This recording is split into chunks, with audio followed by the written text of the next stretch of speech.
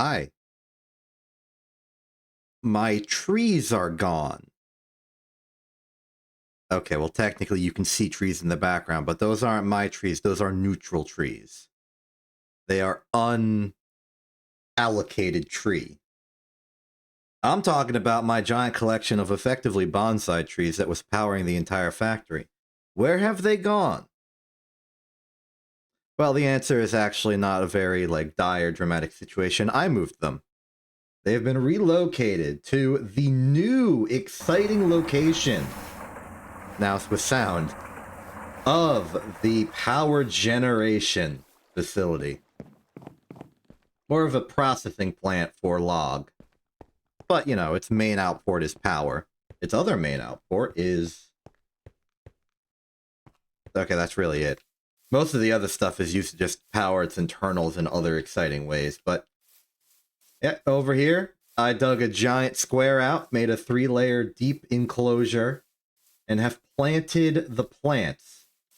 There's not really an easy way. You can see the lowest layer there. Here's the top layer. There's a layer in between. And as before, I have left an opening right here, which we will use to put the farmer collector. And that's what we're going to be doing basically immediately. We're particularly going to do this immediately because I do not want my factory to be without power for an extended period of time. It's already churned through half of the logs in the barrel buffer, and I don't want to wait till it gets any lower. So that means we're going to have to start doing the uncomfortable processes involved of making sure nothing breaks. We are also going to have to naturally relocate Volta to the new venue and probably also get some employees for the distillation tower. Also, we can clean up a bunch of this stuff as well. There's a lot we can do. We have options. We have the power. We have the capability. I've added this sort of log ring so that this doesn't explode due to rain just inadvertently while we're doing everything else. Unfortunately, it makes it impossible to actually do anything. Okay, solar, down. Where's my wire? There's my wire cutters. Wire cutter down. Battery secured. That is a battery buffer secured, crop manager secured, and then it's a bunch of pipe, which we do not have room for. Which we have room for. And I should probably take out all of this as well. Have to go down there and pick up the rest of the pipes, but all of this is basically forfeit. They were empty anyway.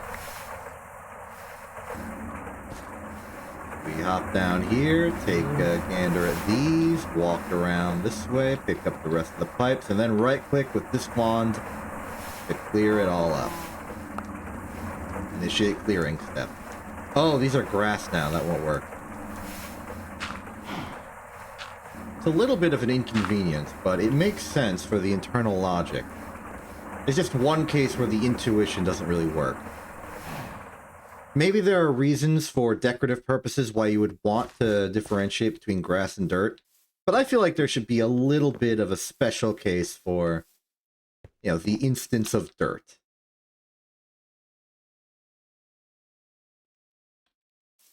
I think dirt and grass should count as the same block for the purposes of the builder's wand. Especially for the case of terraforming like I'm doing right now. Unless, of course, you have grass in your inventory. Okay, actually, you know what? Maybe I understand why they didn't do it. It's becoming complicated in my own mind.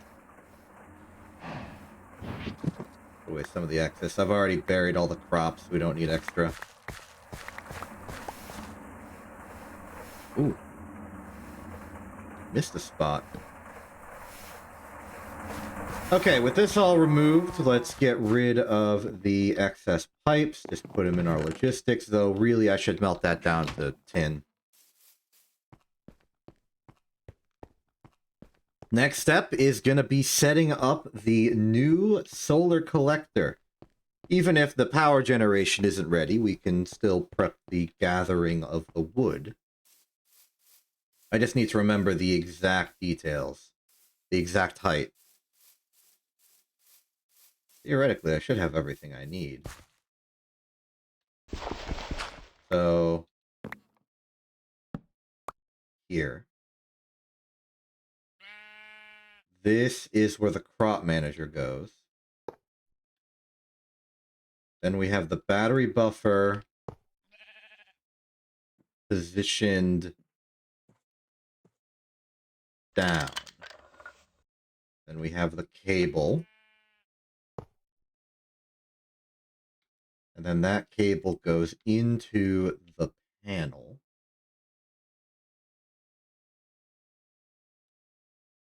Before I do that, I think I want to make sure that this is cutting out good.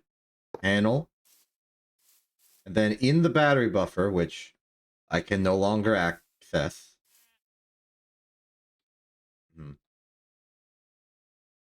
Oh. Okay. Now we put in the battery. And then we put in the panel. Good. Now I have no way of verifying without breaking a crop, and I don't think I have any saplings on me. I don't. The legendary.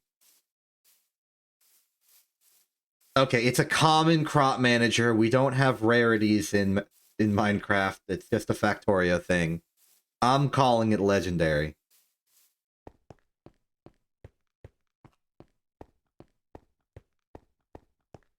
But also, it's kind of important. That thing is the... well, it's one of the single points of failure that we could have to ruin all of our power production in the entire world.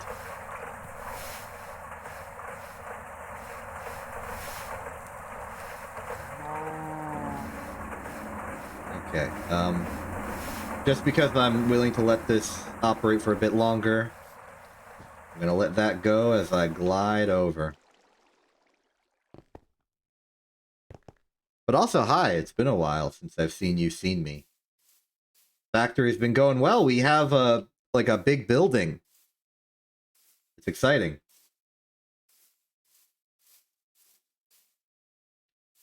Okay, I gotta sleep because we're near the threshold of the torches.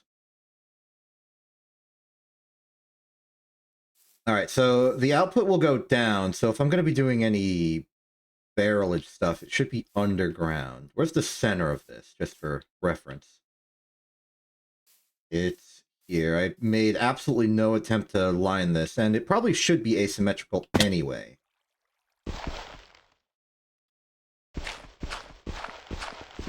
Sometimes symmetry gets in the way of good design. Oh. You know, this is lower than I expected it to be. Interesting.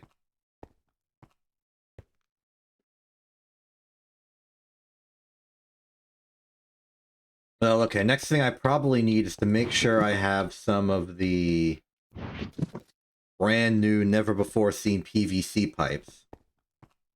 They're a pretty good upgrade from tin. Though the bottleneck for a lot of our logistics is going to be our conveyor modules, which are one stack per 20 seconds. So doing it with PVC is a bit overkill. Though the output of this is not going to be that fast.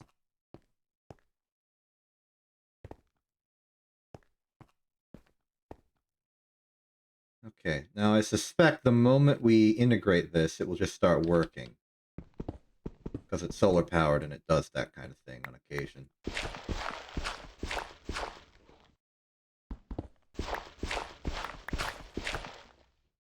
Oh. Ah, access to the underground cave. There's an underground cave here. I remember dying in it once, I think. Or at least being in grave threat in the area. Okay? How you holding up? It seems like it doesn't want to auto-output unless there's a pipe. which is actually nice behavior. It's different than the item auto output on regular Greg machines. Oh, I stand corrected. It is totally willing to just dump. I think it was just not doing it because there was a dirt in the way.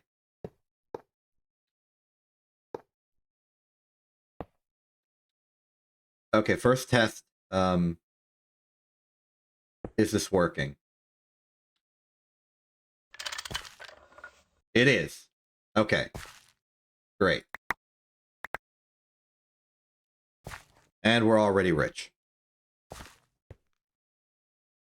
Cool. So that's a temporary burr, by the way.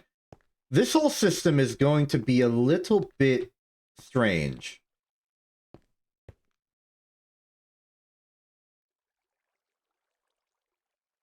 Because, yes, we have the logs, and we're going to be putting them in the pyrolysis, but we also have all these saplings. And we need to find a way to get rid of them, otherwise the system will back up. We could get a super chest, which we've never made before, and just void the saplings, but I feel like it'd be nicer if we could find a meaningful purpose for them. Compressing them into plant balls, brewing them into biomass, these seem good options. We can't do the brewery. We don't have a brewing stand. And that's like an ingredient. Well, okay, well, first off, a brewing stand can apparently only be made using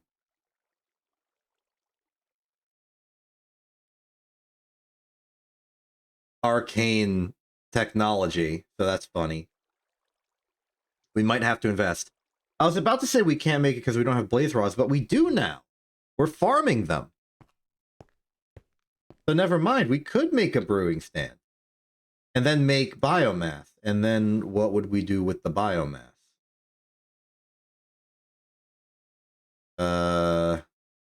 We could distill it into ethanol.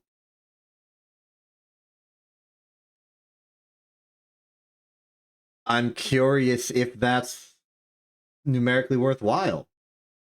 Ethanol is a fuel, right? It is. Pretty good fuel, actually.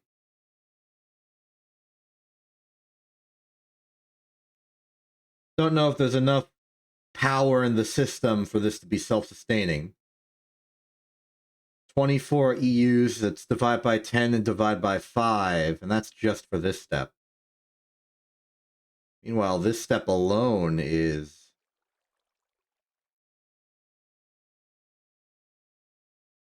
3,600. Options. I'm getting distracted by all of the cool features that are now available to us. Okay, let's, at the very least, make some room here. This may cause a spill. I don't mind.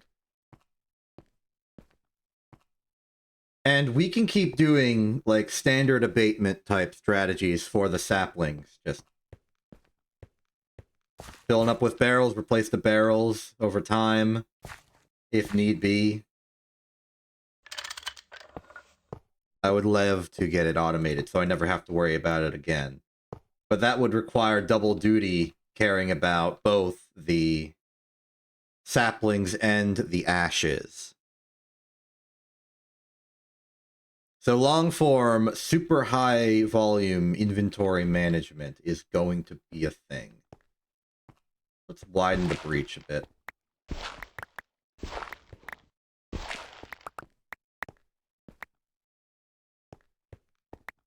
Good morning, Thega. Yeah, you know it can be done. It's clearly a thing people do. I just need to figure out the method. Like, what makes it a good way of doing it? What can I get away with?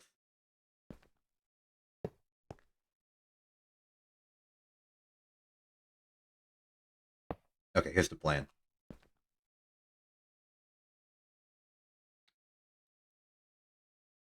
At least for now, as we're just holding it. More important is we move the machines themselves over. We can deal with waste management later.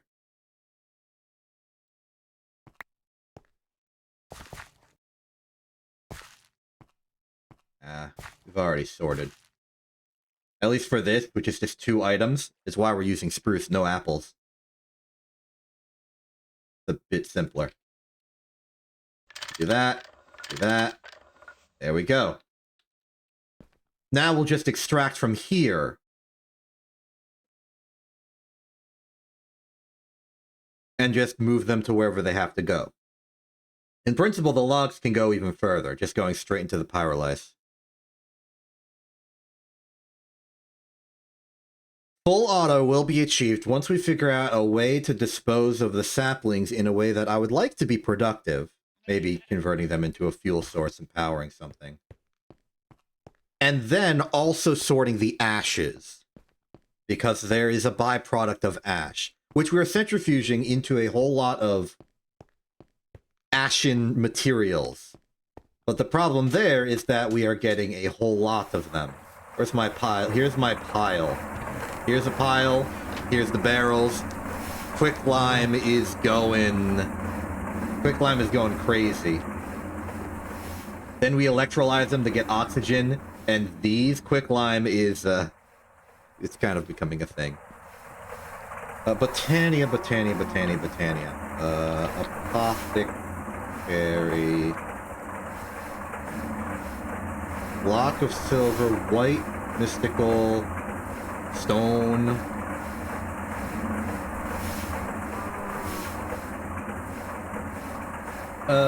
Aside from the need for, like, a colorful thing... Okay, so if I enter the magical arts, we can convert it into mana, then. Is what you're saying, I'm assuming, based on what I'm reading from what you said. Okay, good to know. Good to know. That's an option. My plan was to just go into, like, biomass and then turn it into a fuel or some other hydrocarbon. Speaking of hydrocarbon, check out our PVC line! It makes PVC. Another thing that we need the pyrolyse oven for right now. Okay, I think we have no choice. We need to get rid of the pyrolyse oven so we can move it. This is going to be an ordeal, and I'm sad about it. There's actually... Oh, hold on. Do I have a fence? I need a fence. You may not know why I need a fence, but it's because we need to take care of our employees. I have a fence. Splendid. Okay. You're empty. Okay, we are going for a safe disconnect. Strictly by the book. Put this here, I think would be safe. Okay. Step 1. Safely depower the machine.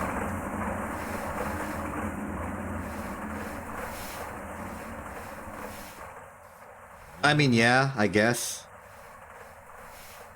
Actually, we just confirmed that a conveyor module will dump objects onto the ground. So just put a conveyor module on a chest with lava underneath it, maybe like an iron chest so it doesn't catch on fire. Okay, so we can deal with that in the short term. So the saplings can be blown up. The ash byproducts I want to keep around because they are useful. Like potassium. Okay, well, not potassium. Phosphorus is going to be important for ghouls soon. Calcium has had some good uses for tools. Sodium is just power. And then free iron. Magnesium in... Yeah, magnesium in good quantity is also going to be like a higher tier material we're going to start needing. I am stalling. Okay, here we go. Let's begin the deactivation. The machine has been deactivated. The inventory is clear. The upstairs inventory is not clear, but I do not care anymore. It's just logs. Okay, let's start with Volta. Hey, Volta. Come with me, sir. Your office is being relocated. It's basically going to be the same job, it's just at a different facility. Alright, stay there for now.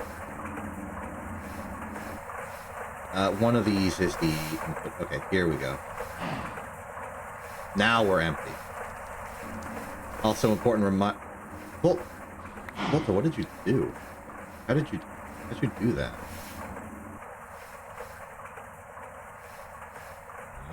Uh, uh, there's factors at play here I'm clearly unfamiliar with. Okay, Volta, you stay here, just for the time being, just in general. All right, cool. All right, take the logs away, take the dirt away, focus purely on the mechanical components here. All right.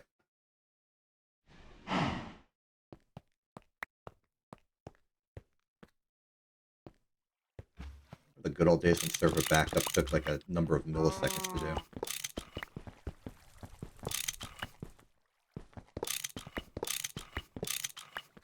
Oh, it's nighttime. We should probably sleep for safety, especially now that I'm putting this giant hole in our roof. Ooh, another factor is it might rain. Well, no, it doesn't. Yeah, this biome doesn't have precipitation. It could be lightning, Dawn. That's a threat. Another factor is we're going to have to put a roof onto the adjacent building. Well, the new adjacent facility. Which isn't technically another facility. It's like another wing of the facility. Now is not the time to be thinking about the like finer details of logistics. We're on a time crunch. The factory is not being powered. No portion of the factory right now is experiencing fuel input. It's going purely on the reserves, and I think we have a good bit of reserves. It's not infinite. So the sooner we get the whole benzene line up and running in the new site, the more comfortable I'll feel about the whole thing. I'm gonna need some of that dirt I just dropped. No. No. Yes. I don't think this is enough dirt. Yeah, no.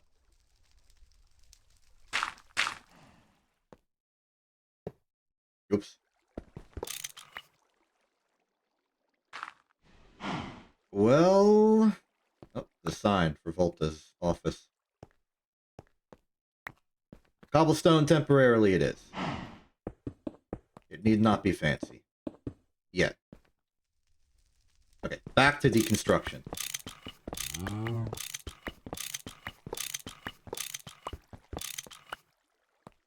Okay, all that's left is the floor. This power transfer system will also need to be taken. This MV gas turbine is our sole provider. It also requires a low voltage transformer, which we will take. I'm remembering how interconnected and dependent this whole thing is. Boy.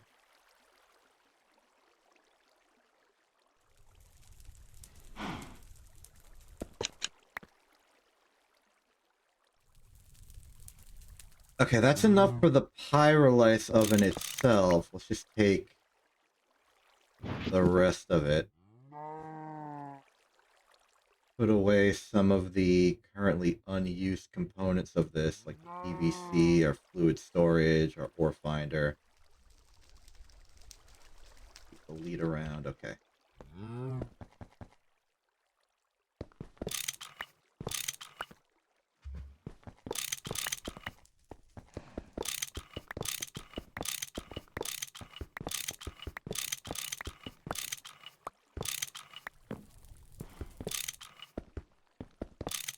And our fancy award-winning nichrome coils. What award did I win? I don't know. I just won it. All we know is it's a winner.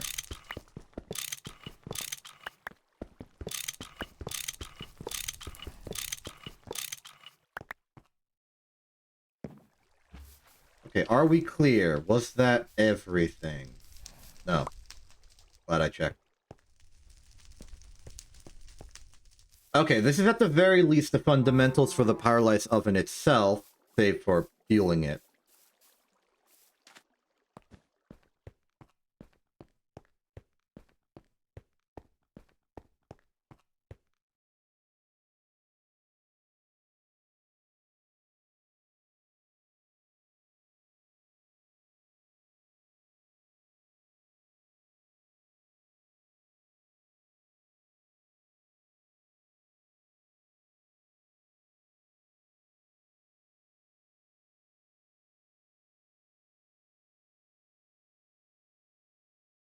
All right, so inputs must be at the top, outputs must be at the bottom. That's what I was curious about.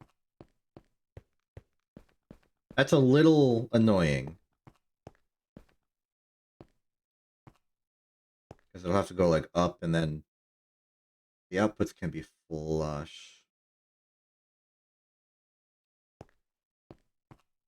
Okay, let's match it like this then. So here's the wall, this will be our input. We want to space a buffer, then this will be the wall of the power line, so it will go here. Part of me wants to actually like cut it into the floor a little bit, but maybe that's excessive. Okay. Now for distribution. What was the details on that? Input, okay, so center 3 by 1 by 3. It can't be the edges. Okay. At the very least, I'll do the walls now.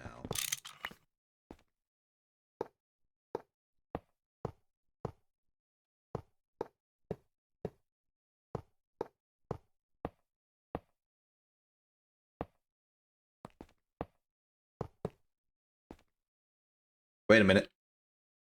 Genius.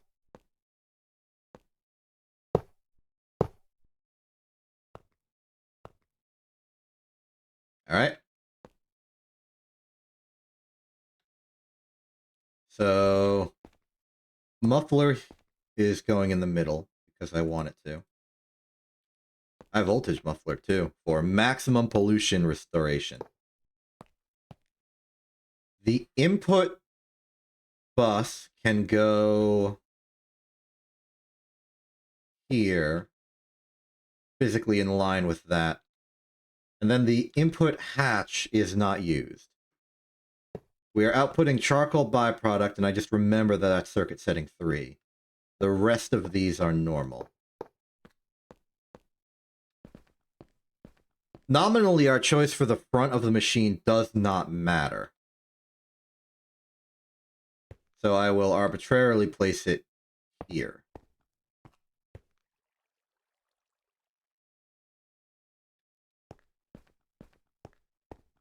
Maintenance can go...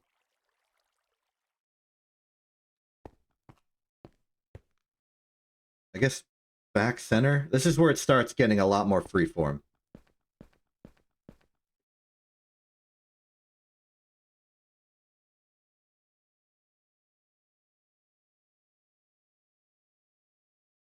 So we want... Okay, so I think a lot of the actual operating components of this will be concentrated on this side. And the reason for that is that this thing will be outputting a fluid and solid, which are both going into a process technically happening over here. And then this will create a fuel that powers this. So this line will be very busy.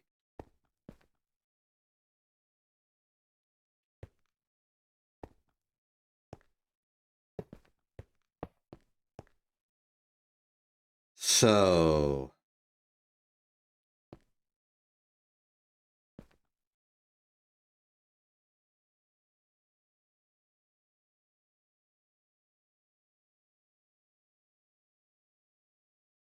let's go like this.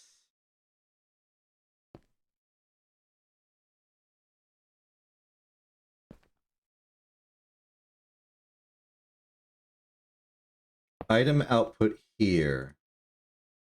Fluid output here. Casing. This should be complete now.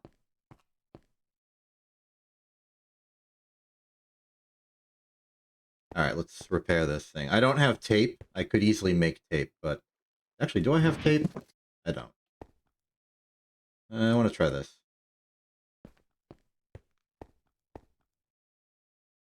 Wrench.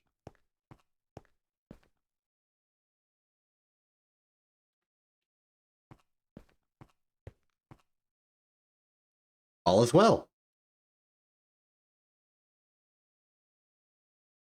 Great. Now... I would say we pipe it together, but I think I'm out of PVC pipe.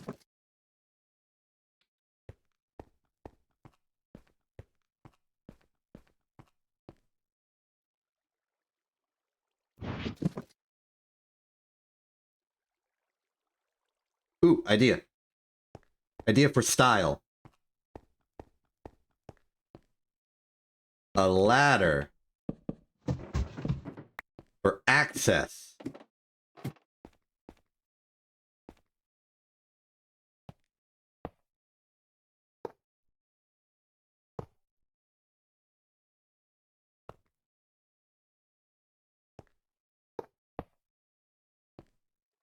I guess the input will have to be from here on. And yep, we're out of PVC. Oops.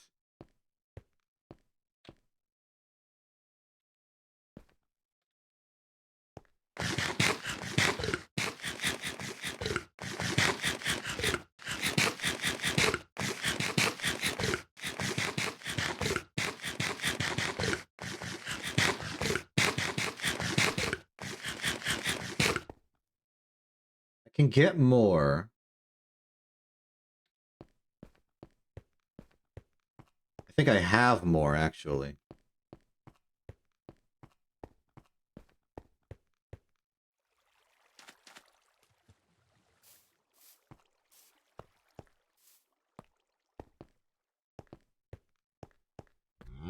Yeah, I have my reserves here.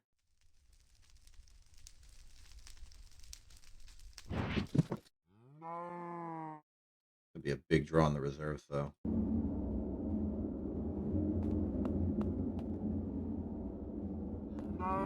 The factory will stall itself, and we're all going to be sad about that.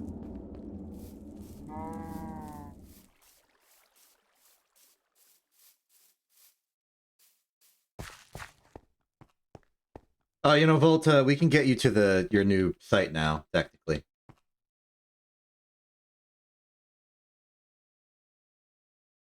In fact, it might be better to do that now, since construction has taken a bit of a lull.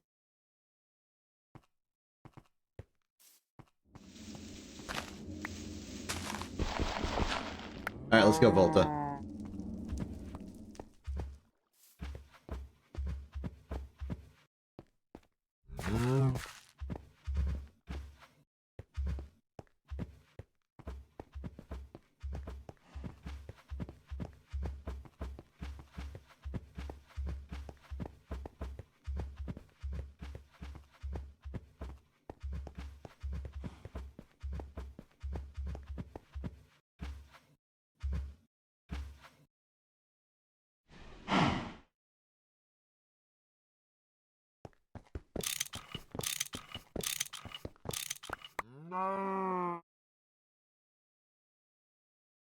Can I put a torch inside?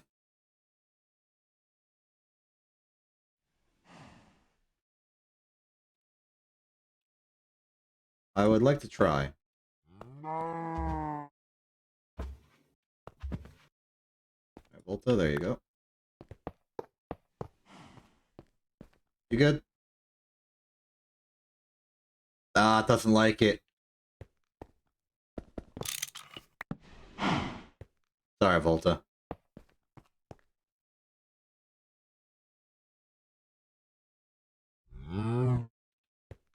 Darn. Oh well. It was worth a shot.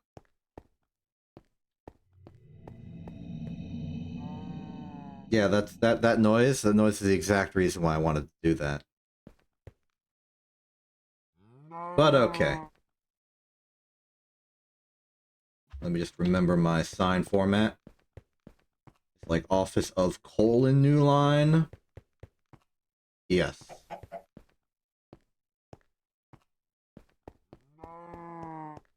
Alright, right front and center.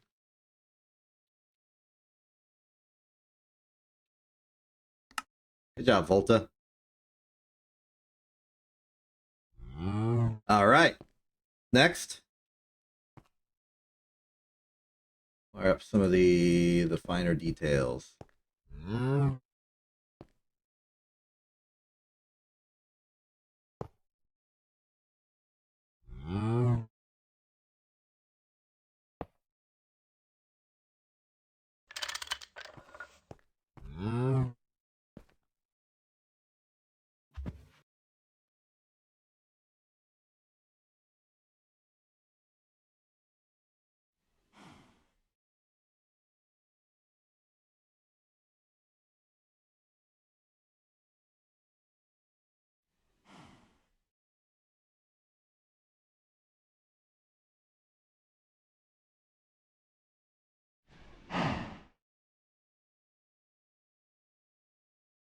The standard I'm trying to start is to have, like, all of the power provided from below.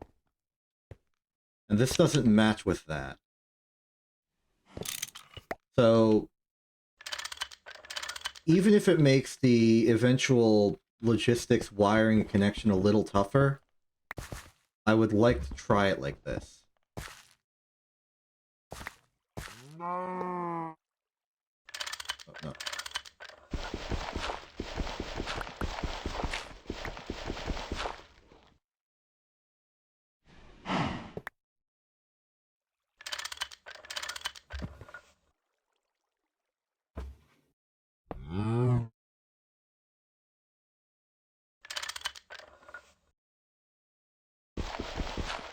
Yeah, so something like this. And then further processing can happen by going that way.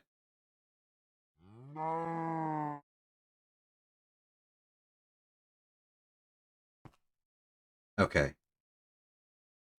So aside from the fact that it has no fuel, it should be operational once more. Okay, next step is the conversion. We are going to have charcoal byproducts. They go to distillation tower 1. Meanwhile, we have a charcoal output, which we can...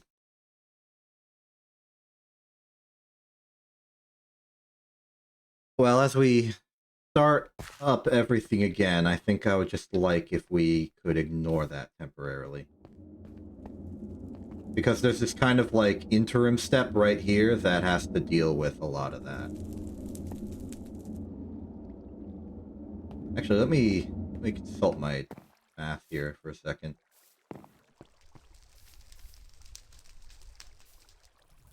Okay, yeah, I remember. This was, like, barely functional.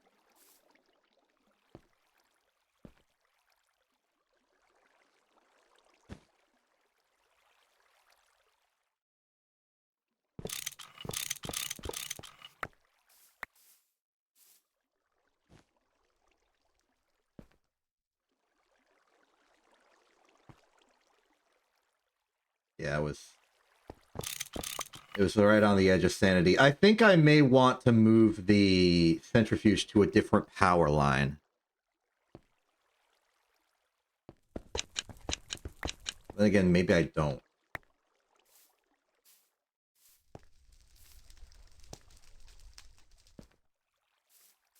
And then this was the... Right, okay, yeah. So, there were two parts of this. One was the charcoal byproduct, which got immediately sent to the input of this distillery.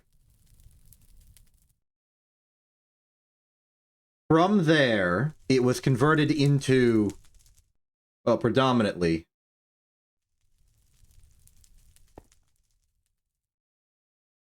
wood tar and wood gas. The wood gas was turned into ethylene. The wood tar was turned into... Well, it was distilled into benzene. But it was combined with the fluid extracted charcoal here to go do that. Which is why there's this pipe connecting to this pipe. Shared output, same input. Wood vinegar, however, I have not used it for anything. It can be distilled into acetic acid, water, acetone, methanol, ethanol, and methyl acetate. Not the most inspiring options. Seems like the best results are methanol. Methanol is a... never mind. 10,000 versus 84,000. So that'd be like, what, 35,000-ish to do 80,000?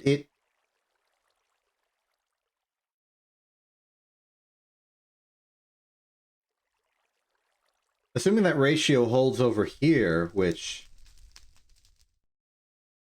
kind of does. Actually, it might even be better ratio.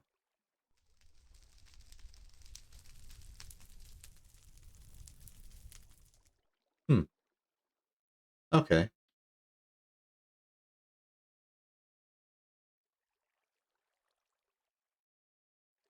So theoretically, a distillery, a regular distillery,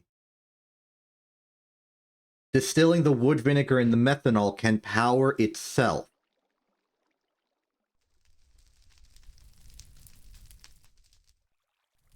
And that extra power that it's not using might just be the margins I need for other things. Interesting.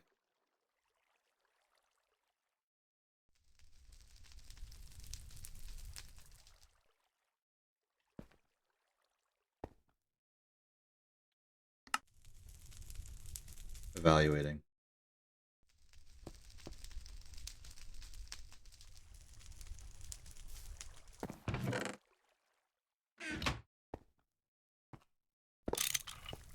Oops.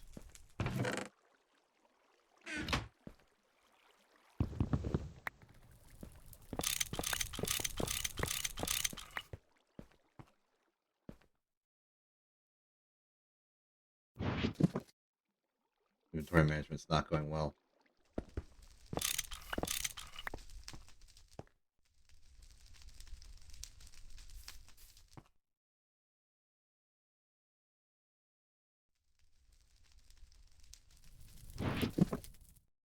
Salt has been moved. We don't need that anymore. We don't need a chest right now either. Okay, proceeding. Okay, let's move over this incidental objects to the no location. How is our fuel levels right now? We're about at 25% capacity, which is actually very good.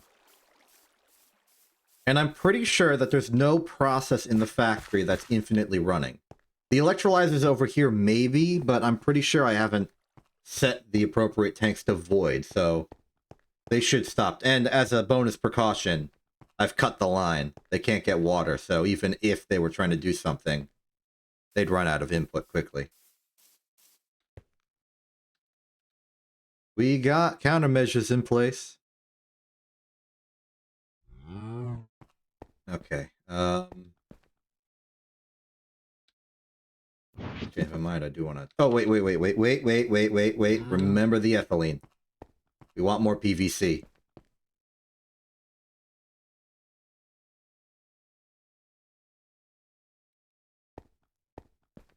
How do I input this stuff? This is the polyethylene output, so this is the ethylene input. So put it here. There we go. That should give us enough for a few pipes. Meanwhile,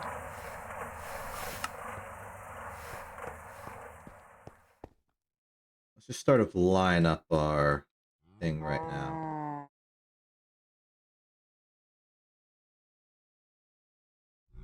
The ashes are a byproduct of the fluid extractor, which is what we're doing with the charcoal.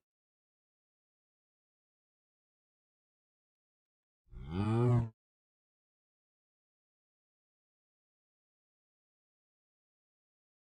we're doing this explicitly because wood tar is good for our diabolical schemes. Can we fluid extract a charcoal block? No, but we can obliterate it from existence for some reason. Boiler? Oh yeah, it's a fuel.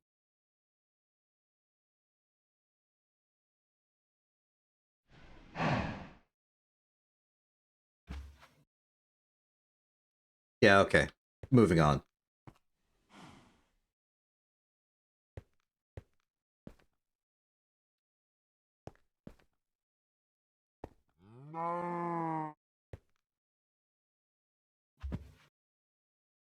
Oh, what is that power consumption, though, on this? 16. So 1632, and then the centrifuging of ash is what I'm curious about. I've done all of these. Okay. Okay, 32, 32. In theory, all of this can be run off of a single 2 amp line. which is what we have. So in my mind, we can do something like cable, cable, cable.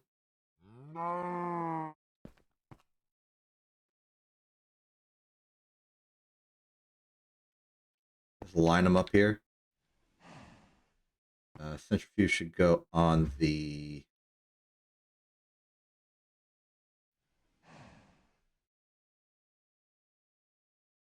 Okay, I see some of the vision.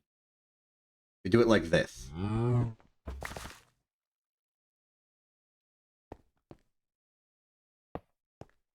Gonna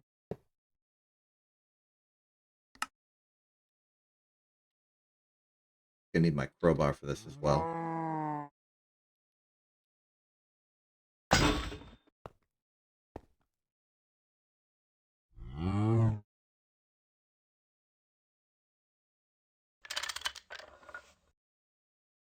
I'm going to have the fluids output up one, and this will make it coincide quite well with the wood tar output on the distillation tower, I think.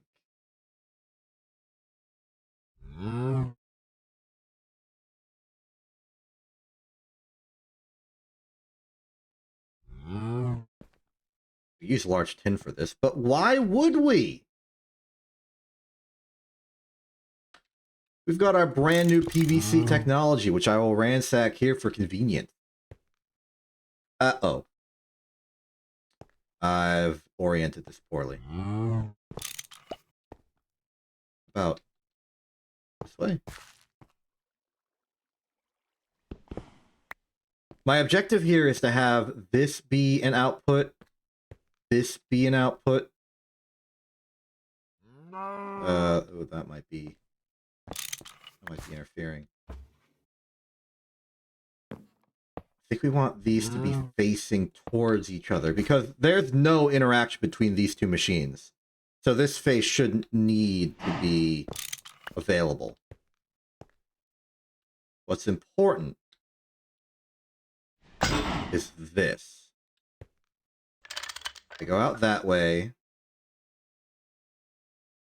What are you up to?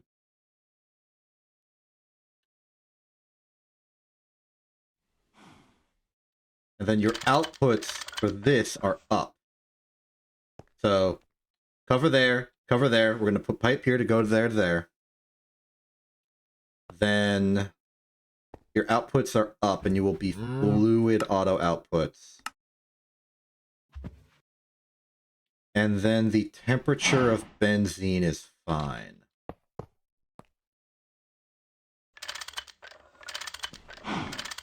There we go. So cool. We now have it in terms of... Wait, no. We need more PVC.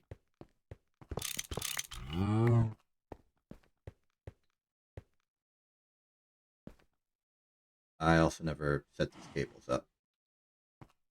Okay. How? How? You go. You're connected, right? You are. Up. That's a wrench. Up, up, up. There we go.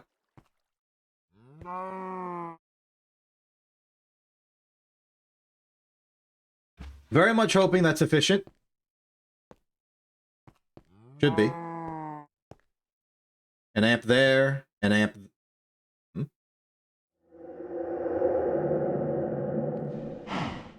Is this running off 1 amp? I guess it is. Why do I have 2 hatches then? Yeah. Amp, amp, shared amp, amp. These are superconductors. They should be fine. Okay, let's put the... Oh, no. The batteries back in. I don't remember if you had a battery.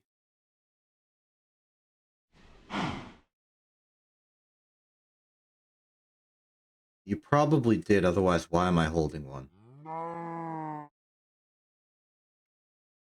Okay.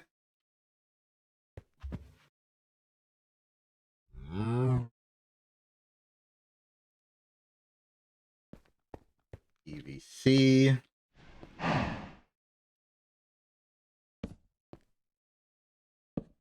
Now, if you're all good, I'll keep this hole open to remember that I need to set up the fuel.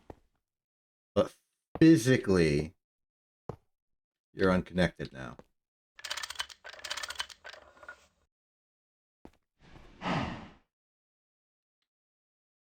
Very good.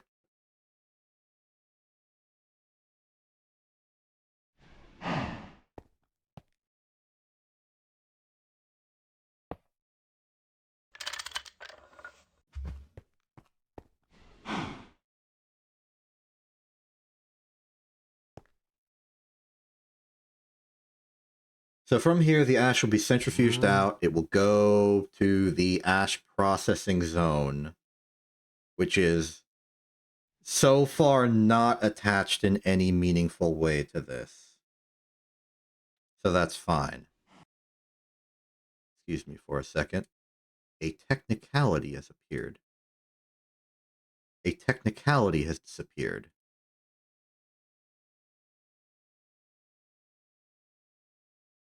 Okay, technicality over with. We're back. Next up, I think, is the distillation tower. And the distillation tower will be here, but they're going to be mirrored compared to how I had them before. So they're going to be facing that way. But instead, this one's going to handle the charcoal byproduct. How's the BBC coming along?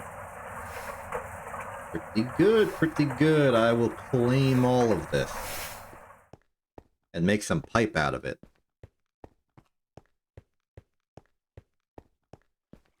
And then I'll ransack some of the old pipes here.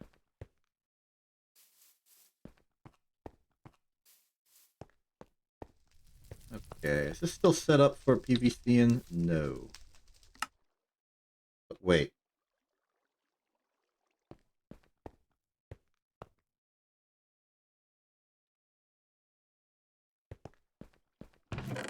I know I was preparing.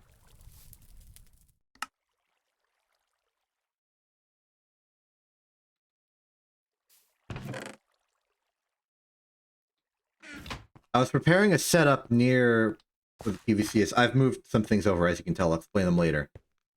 But my hope was to have a fluid solidifier that can just make them on site. Is that it? Will it work as it? It's currently doing polyethylene, but... Right, this side, okay. Yeah, no, it's not ready. It's not ready. It's only doing PV. It's doing polyethylene right now.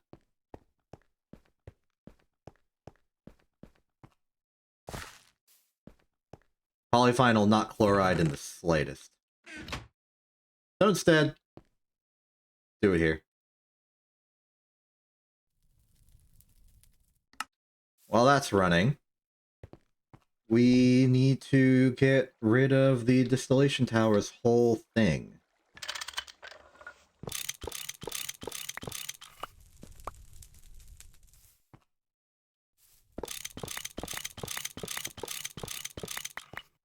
Can't complain too much. This is a perfect opportunity to make our pipe work better. It's just sort of an ordeal. Okay, functionally, there's no difference in these two distillation towers. They're the exact same height. They have the exact same materials. It doesn't matter which one I take. So I'll take this. I say going to the exact middle between both of them. In a way such that you would not be able to tell which of the ones I selected. Good job, Self. That was hilarious.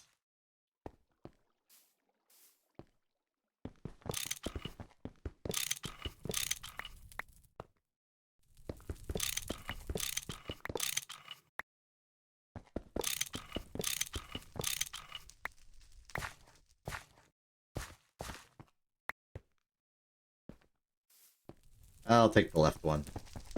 Spiritually, this one has been doing the charcoal byproduct, and that's the first one I want to prepare.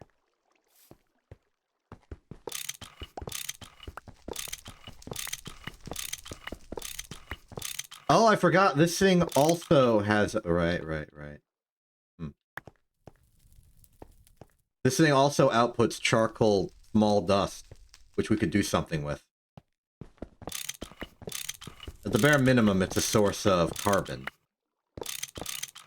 Not sure what else it can do for us.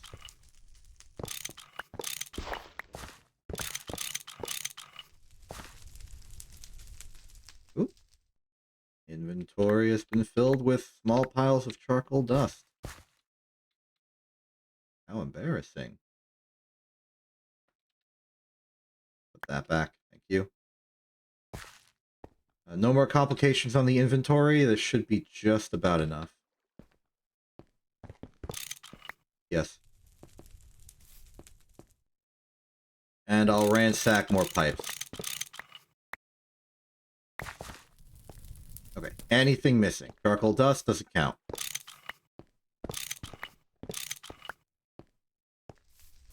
Looks good. Looks a little silly, actually.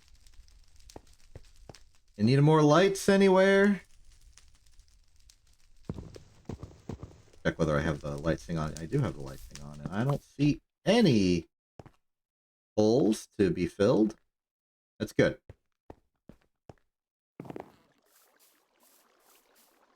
I know this feels like I'm just sort of moving my factory from one location to another location, but there is progress to be found in this.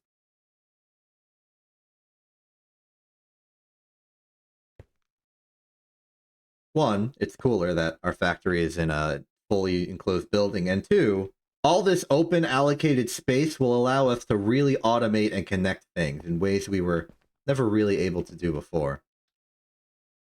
We've got good industry now. Alright. So my thoughts on the distillation tower. The input will be the exact thing.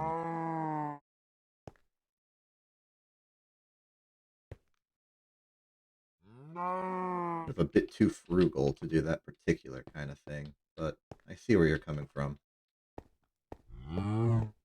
Okay, space is going to be a little tight, but there's not much in between these machines that needs to happen. Similar configuration to this same time before. These are going to share a maintenance buffer. Power can, I guess, strictly go beneath again. It would have to be on this side once more, because they don't share power how I would like them to share power.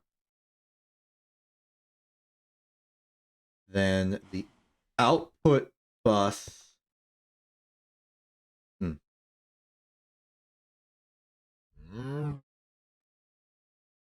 The charcoal dust is kind of a waste product we don't have to care about. And then here is the input.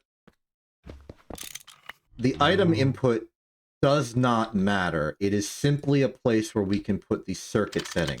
A circuit setting which I have already forgotten. What is the charcoal byproduct distillery setting we want?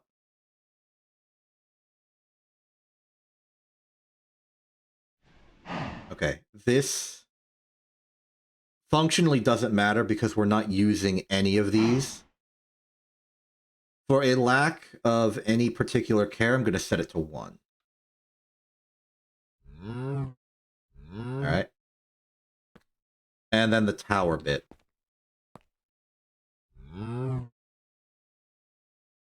Quick check on distillation tower standards. At least 1 per layer except bottom layer. Output bus, any bottom layer. Input, any bottom. Maintenance, any casing. Energy hatch, any casing except top center. 7 by, height -5 minimum. Controller, front bottom. It doesn't seem to specify a location, so I guess we could put them in the middle line if we wanted to save on pipe. Less important than that, though, is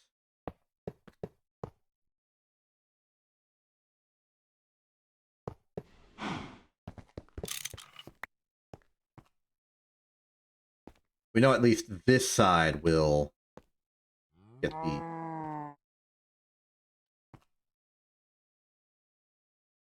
the wrong side. In order to not conflict with the other one, input hatch has to be on the outside. So you're that. I mean, the outputs definitely aren't going to go here. Well, they could. They're probably going to go here. Okay. 1, 2, 3, 4. How? And then just line it up.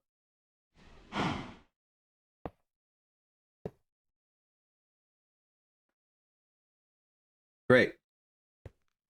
Now for the other one. Before that, though, charcoal byproduct is the rare fluid that is hotter than our pipes can allow. So we shall be using a bronze input pipe for this instead of the PVC we like to use. Every other fluid in this process should be at a normal temperature, or at least a temperature in range of our plastic pipes. And I can say that with some confidence because it's what we were using last time.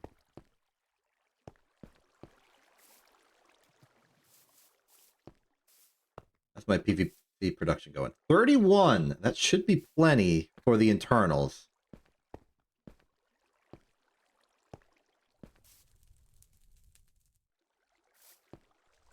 Okay.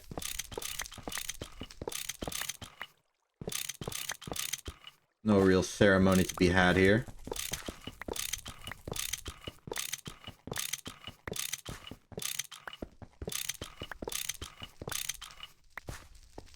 Okay, once we move the distillation towers and sort of visual... Oh, hold on. We can specialize the outputs to a certain degree.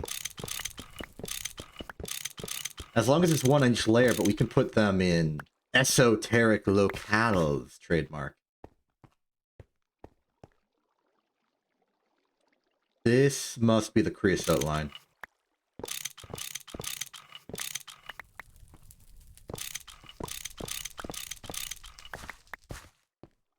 This all doesn't mean anything anymore, but we're out of inventory to get more. So just take it. You take it, you leave it. It does not please me to get rid of so much toluene, but we'll get it back.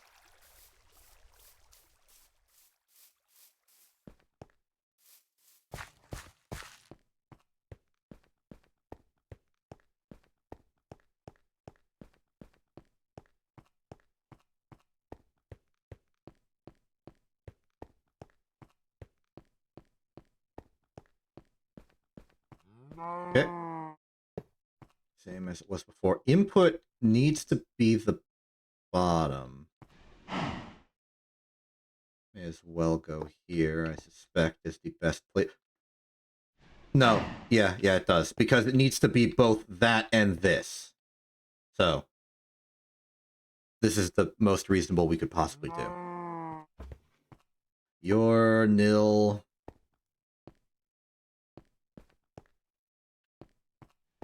The outputs for this one are going to be all over the place, really.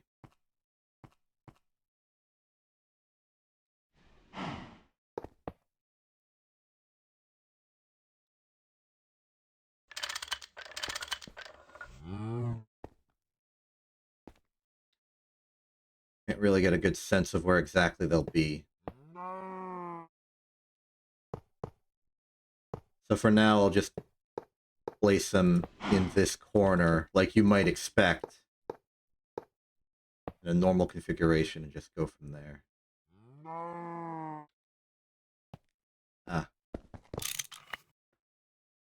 Forgot our input and output. Okay, another just abandoned input. Got another output, which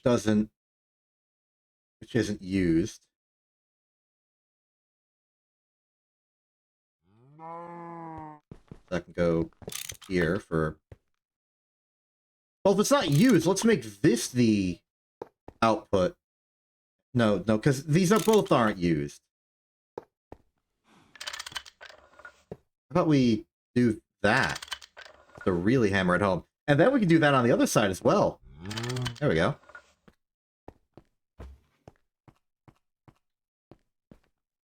And then we have the room for the 2 here, and then the 4 output hatches coming down the... Pretty sure that came from inside the distillation tower. Good.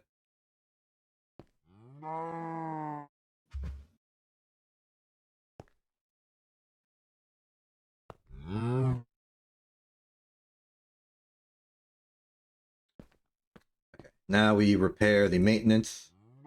The combination of that and that should be enough. I'm running low on soldering material, I know that much. Oh, do I need to do this twice then? Think. Bonk. Yeah, that's the secret. Do it twice. Good.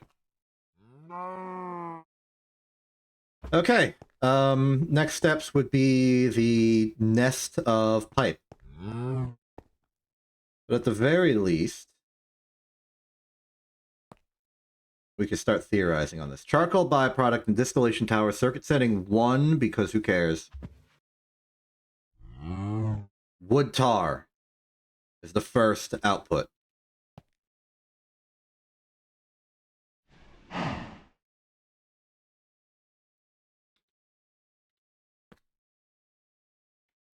This wood tar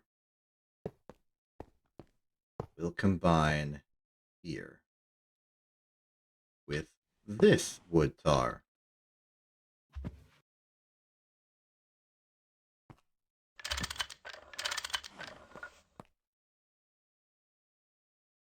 Not much need for desloshing for such a short pipe, but I'll do it anyway.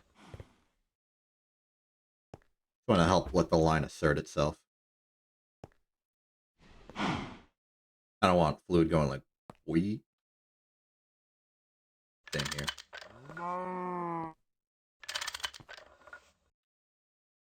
If you just do anti-slosh at the junctions, then you're gonna have like proper directionality. Probably not that big of a deal. Okay, so that's that. Then we have wood vinegar, which we are not currently using but have interest in, and then wood gas. Wood gas is an interesting output because its pure purpose is to be distilled into ethylene, which is very relevant to us.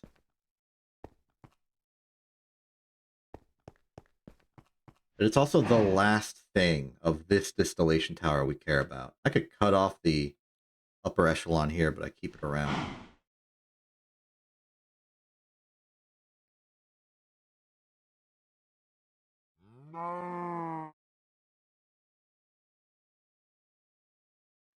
Yeah, I'm going to do it. I'm going to move it. I'm going to put it on the other side.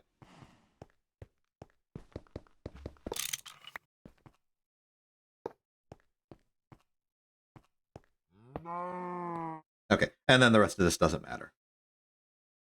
So this distillation tower is complete. No power logistics, but its input and output lines are prepared.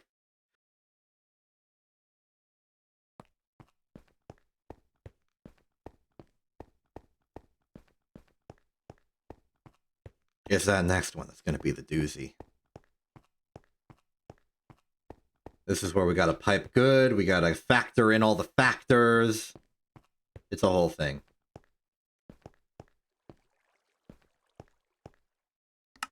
And it all starts with this.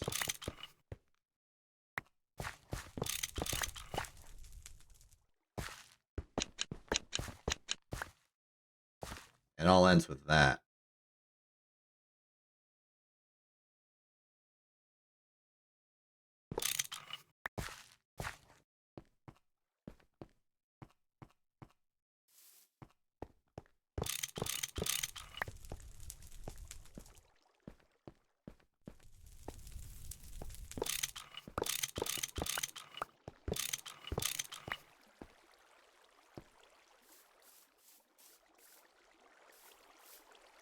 Okay, this is the final boss of the distillation relocation. And that's reasserting how we're distributing the power and the fuel, because the power and the fuel is what powers itself. And that's kind of a thing.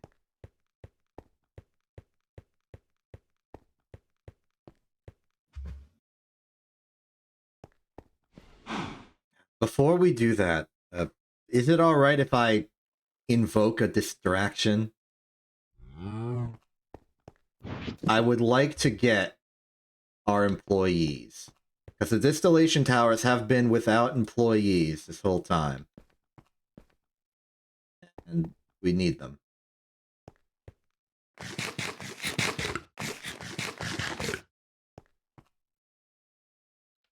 The little preview it gives me about how much hunger I'm going to be satiated by has disappeared. Alright. So, we've scouted out a good prospect of employees before. Originally, we were going to get this kind of employee for the pyrolysis oven, but it wasn't the right fit for them. This, however, I think would be right up their alley. Just a matter of securing a potential...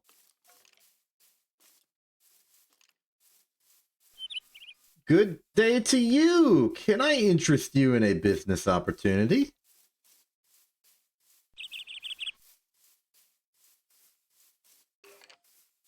It's a work at a natural fuel, like biofuel factory for power production.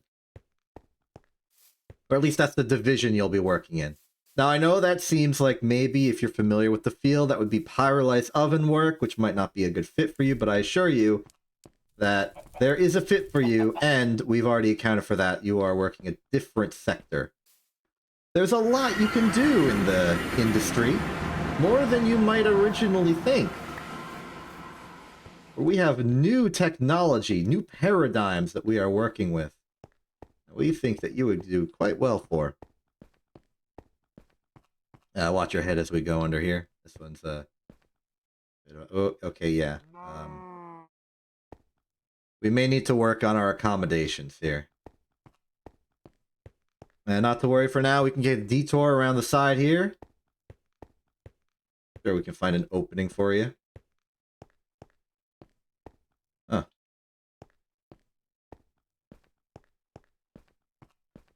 No worries, no worries. We pave our own way at the company.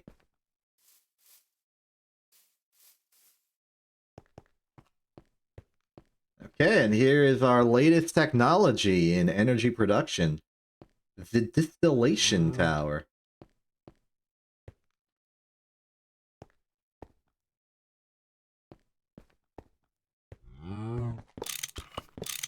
This would be your office, if you could kindly step inside. Thank you, thank you. Oh, okay, getting a good look. Want to see the locals? There's Volta. He's sort of upstream of your department. A lot of his products will be moved to you for processing.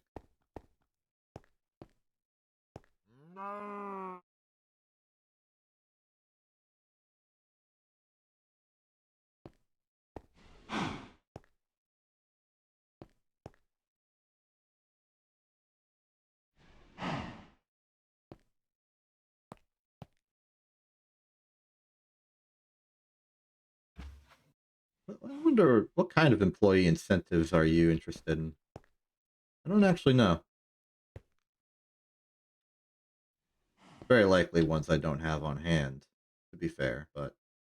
Oh, here's an idea. Here's the question, am I a genius? I could be. Very well could be. You just hold still right there. Maybe what you need is some alignment. Oh.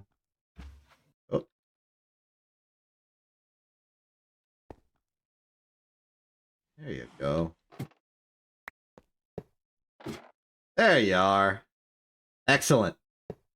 Welcome to the team. We'll prepare your onboarding a little later. We have another position to fill.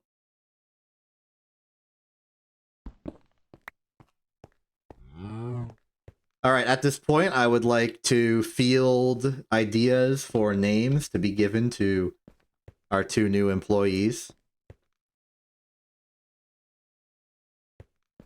As you can now clearly see, they are both going to be wild deer from the Twilight Forest because they are the nice combination of thin and tall. They were too tall for the Pyrolyte's oven, but the distillation tower is simply taller.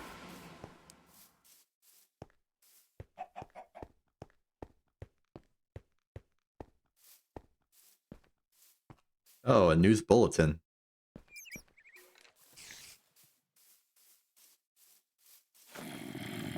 I do not hire employees for being thin and tall.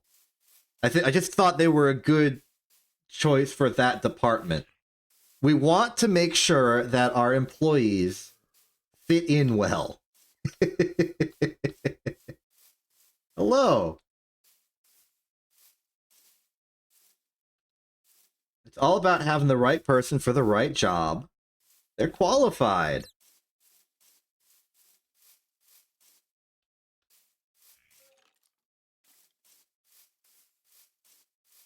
And like, I tried to employ for different departments in the past. It wasn't a good fit.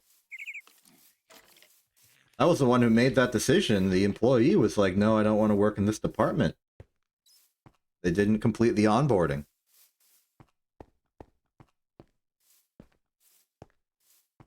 We don't want like a farm specialist working in the manufacturing line.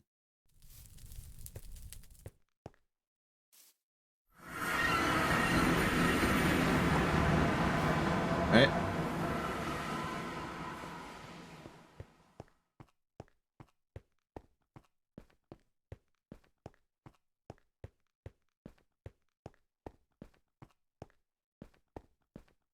Still looking for names. I spent these minutes arguing over the nature of employee employment and not actually getting any name ideas.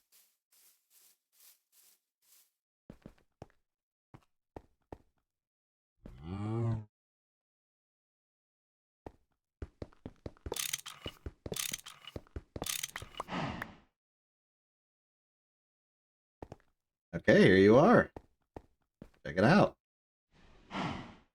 We give you the same sort of alignment treatment that we gave your co-worker.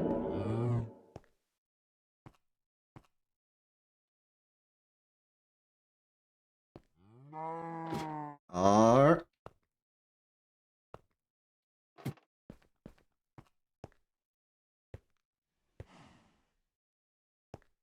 I'd like to get this done quickly. We're near closing time. There we go. Excellent. Okay. Next step would be some proper onboarding. I need some names.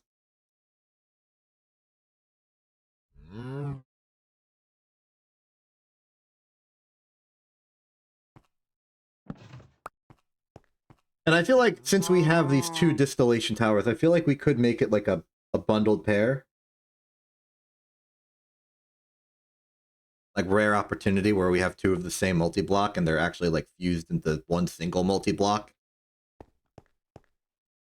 That's like an opportunity. It's like an opportunity or something. There's opportunities there. First, I need to get the onboarding materials, of course.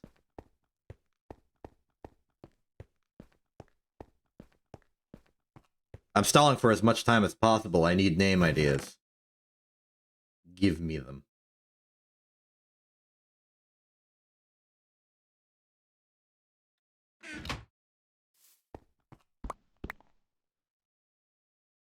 And...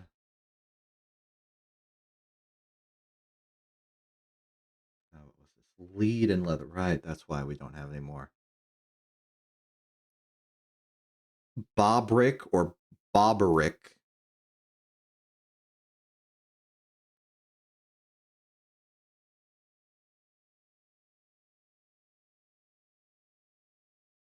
Okay, slime and string.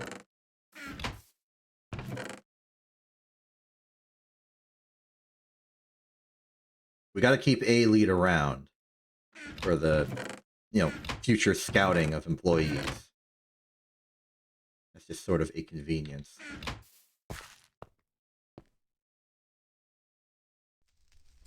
Okay, I'm gonna reveal my bias. If I don't get any, like, new ideas, my default was gonna be, like, Phobos and Deimos, or Deimos. How do you pronounce that? Phobos is easy, but an EI, depending on the language, that could be different things.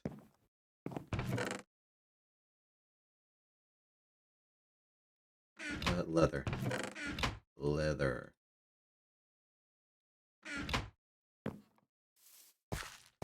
And then glue. Yes. Yes.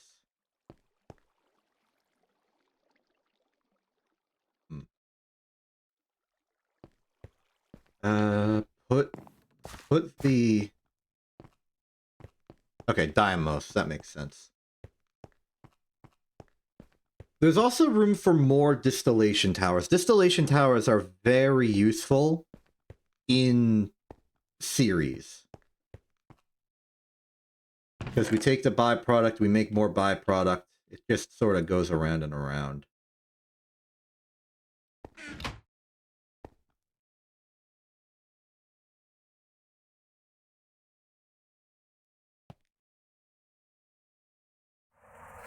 Isn't this going?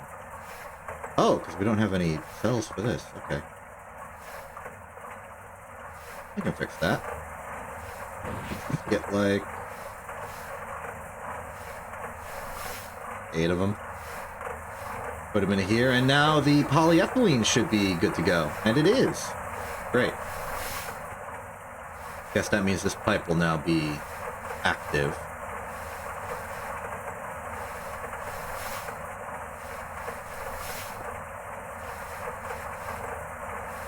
Yep. And that'll make more pipe. It'll also fill this up. Good, good, good. Maybe I should pick moons of a different planet that has multiple moons. Just in case we have more distillation towers and we need more names. Like, it'd be weird if we picked Mars's moons and then got a 3rd distillation tower and we're out of moons.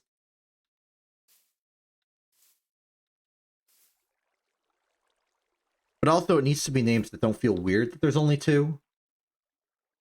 Because what if we don't get that distillation tower? What if we change the system?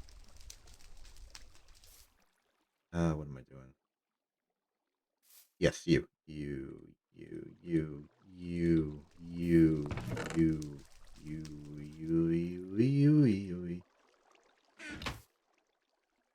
Think. Bank. Bonk. Tag it.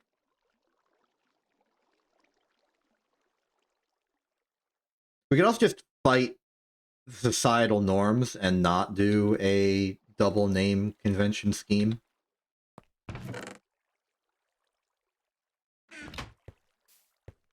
Okay, I'm running out of time. I need to give these names now. The moment. Okay, actually, what are the moons of...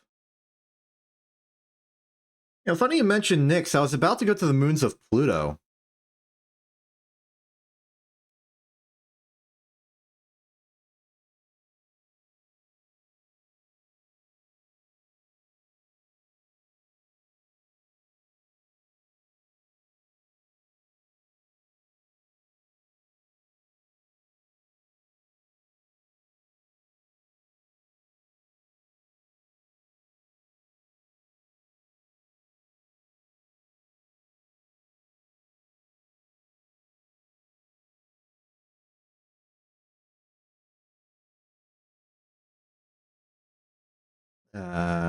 Inconclusive results.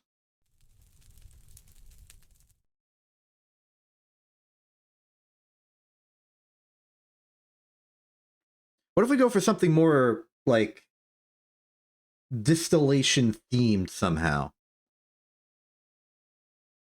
Like, going for the the ones we have so far, the employees we have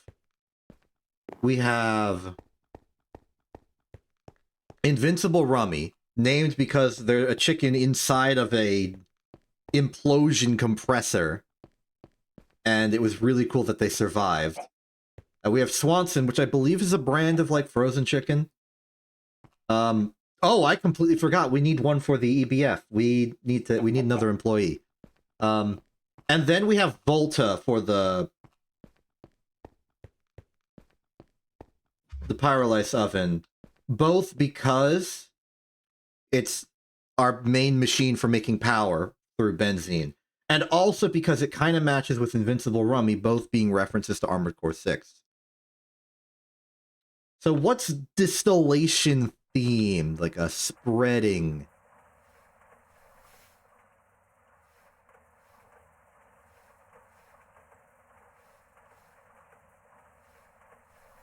Oh, wait. Wait a minute. Oh, hold on. Hold on.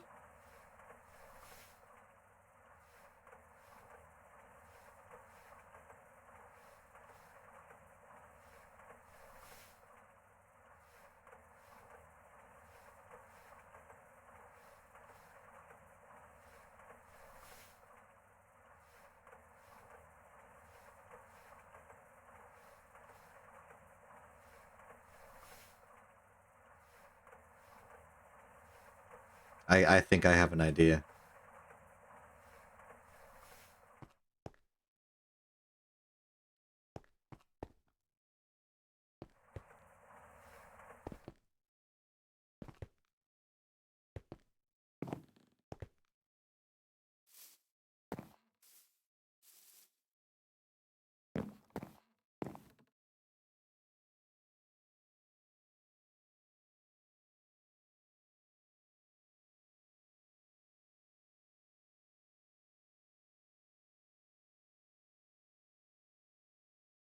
How exactly do I want to field this?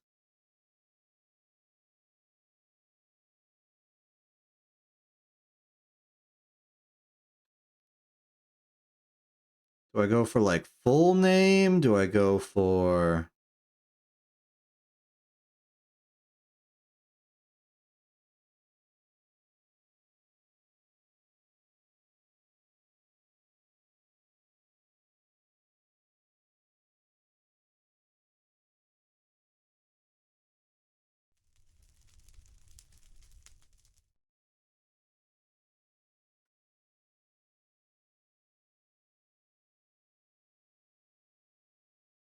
Okay, all right. Here's the plan. Ravane.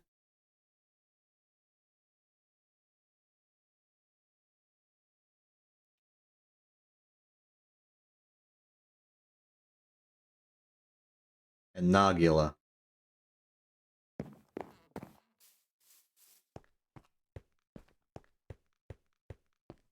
One of these will make sense, one of them doesn't make sense, but then sort of reclamationally makes sense by association. Question is, who's who?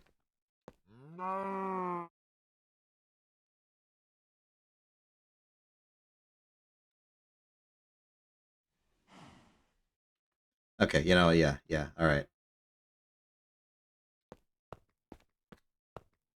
This one's Ravane.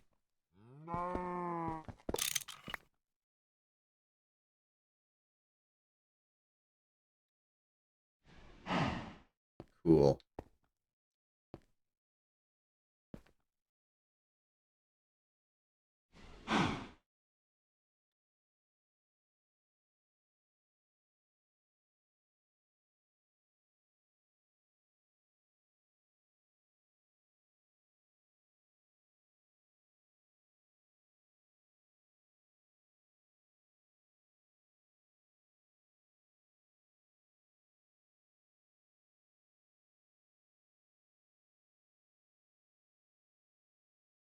One more. There we are.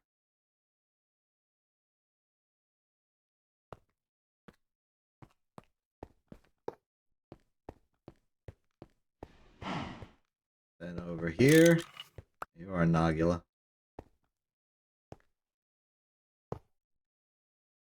Very good. Very, very good.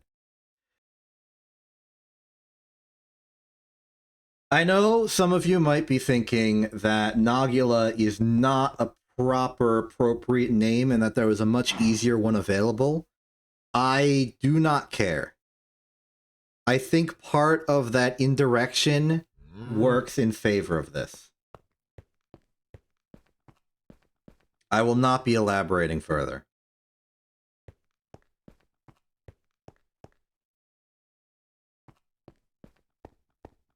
Great. Okay, now we got to set up, like, the power and stuff. The transformers, okay. So, again, power will try to be funneled below, even though this is going to be a very painful ordeal to pull off. So, like, functionally, all the power here is not strictly being used.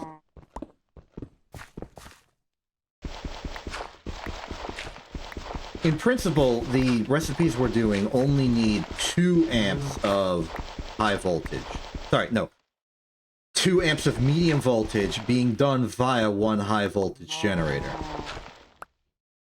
I have considered tying them together to be fueled by the same source, but I think I'm going to keep the system as it was already present.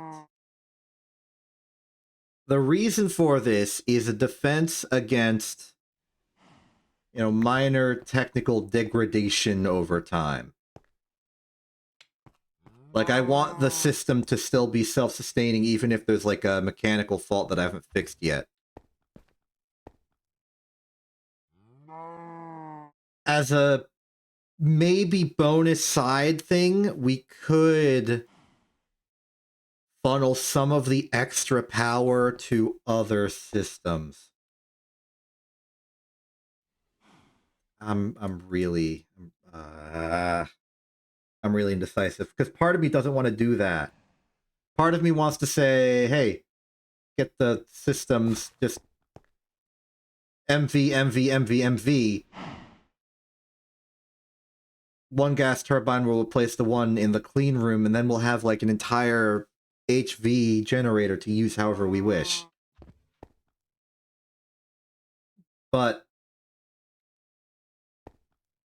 it's difficult. It's difficult to make this kind of call. Okay. What we do know is that we're going to need 4 to 8 amps of medium voltage down here.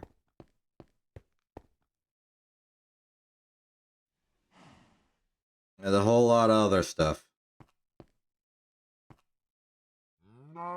Also, is there any decision I need to make with distilling the benzene out of the wood tar out of this? Yes. We also get dimethyl stuff out of this as well. Even though what I'm really after is the benzene. Okay, in that case, we're going to use circuit setting. I wonder if they could have shared. We're going to use a circuit setting of 1 then. Keep them consistent. In some hypothetical future, they can output the exact same thing, combine their pipelines, and proceed from there. I wonder if we could share an output.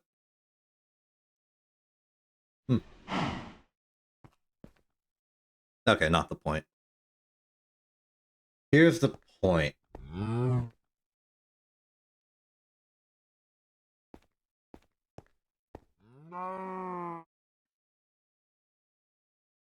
Where's benzene come out? 1, 2, 3. 1, 2, 3. You are our great output. Outside of that, oh, we're not even tall enough to get the dimethyl. It explicitly does not matter. So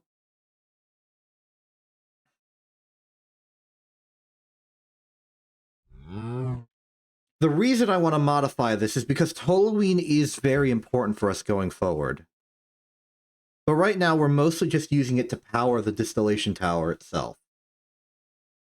And we know that works. It does it. It's just... it's not enough.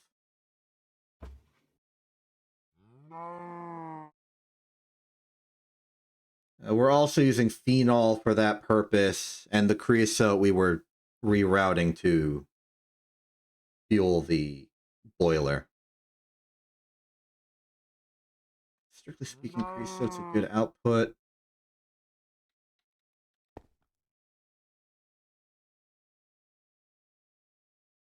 There are like very few things that still need steam that we're doing. Our forge hammer and our steam oven, which is really just a glorified furnace. It's a very fast, very efficient furnace, but it's still just a furnace.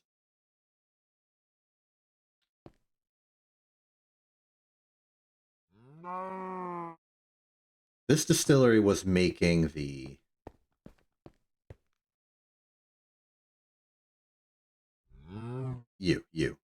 the wood gas. You're making the ethylene. I'll put this here symbolically. There are no other machines involved, simply power and pipe.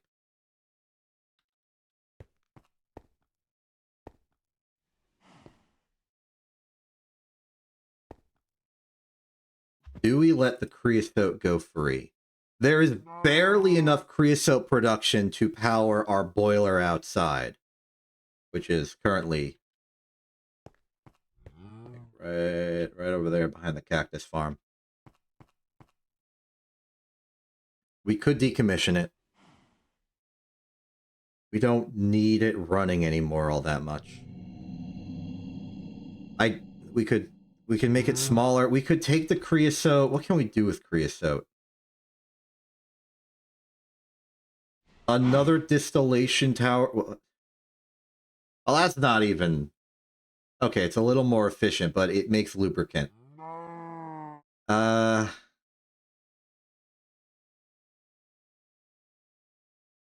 from that railcraft stuff. Yeah, it's a fuel. It's a very good fuel. We have some low voltage semi-fluid generators, but the power is not actually that good. So maybe we just keep it for steam and lubricant. Don't try and power anything with it. Okay. In that case, I think it's a valid output. Phenol. Phenol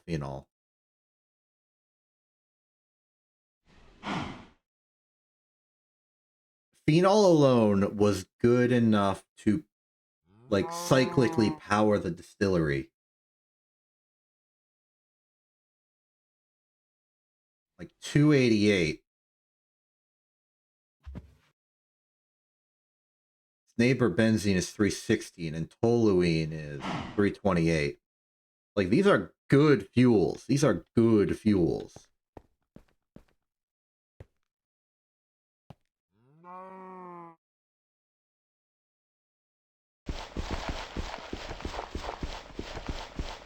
We may need to redo the math on this. I apologize. I just want to know my margins.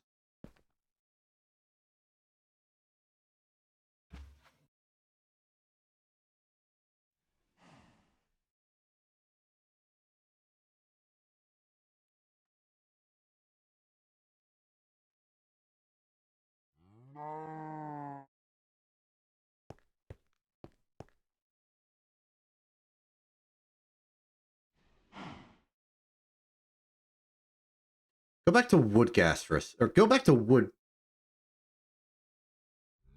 No, go back to wood gas for a second. We distill it into ethylene, like 1,024 per 200. We're getting 250 out of this, so that's like 1,500. So 1,500 per craft. We're getting wood vinegar which we can then distill into 2 crafts of methanol, which we've checked and is a good enough fuel to power itself. So what if we get an extra distillery that will take the wood vinegar, turn it into methanol, and because there's like a consistent ratio here, I think we'll be able to like very easily numerically prove if it's enough to power itself and the ethylene. So it is time for math indeed. Let's do this. Okay, we got our work cut out for us on this one. So it all starts with this. 1 craft of charcoal byproduct. We don't care about this. We'll get power to this some other way. You know, some dedicated way. Will give us 250 wood gas and 400 vinegar. This is the number to beat. We need to know if 400 vinegar can power crafting, well, distilling all that vinegar and all that gas. That's our question. So, let's start with the gas. We put in the distiller in circuit setting 2. 200 gas costs 1,024. So 200 gas equals 1024 EU. We're doing this with 250. So quick conversion on that. That would be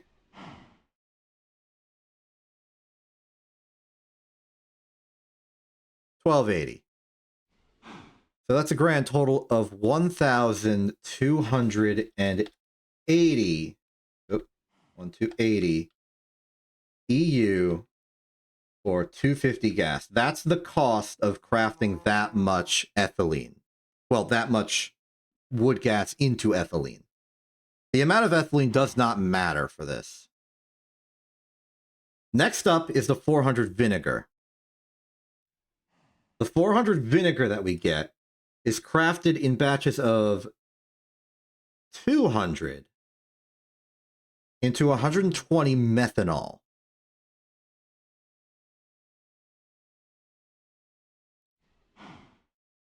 So that would be 400 vinegar equals 120 methanol, I'm just going to put lowercase m, and a cost of 2048 EU. This means the total EU needed is effectively 3,328 EU. 8. Okay, so we need 3,328 EU with our methanol. So methanol is combusted in a combustion generator. Oh, that's interesting. It's not a gas generator. Huh.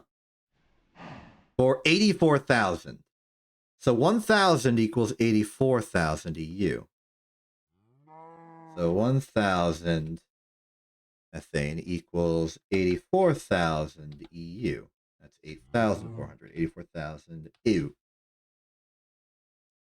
But we only have 120 of it. So that would be a simple 84,000.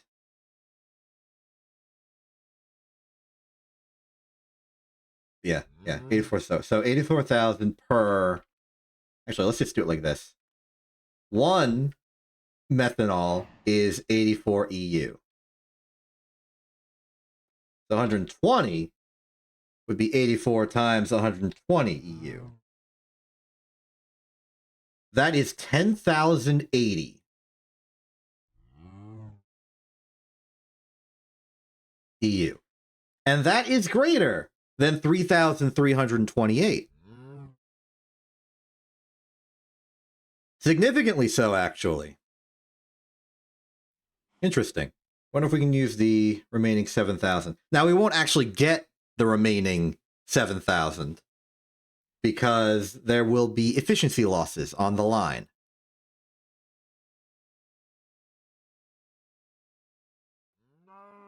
In particular, we're probably going to be going at medium voltage. So there would be 90% efficiency on the conversion from the fuel to the energy. So we could imagine that this is something closer to 9,000 EU for the 120 methane. So the question is, how much is that? In terms of like voltage. Assuming our 90% efficiency and assuming a... You know, I can't really say for certain.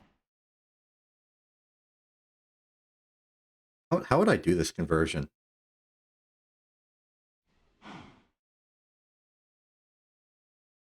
Because this is purely in the scope of material efficiencies, not in the area of time. I don't know if I can convert this to a amperage.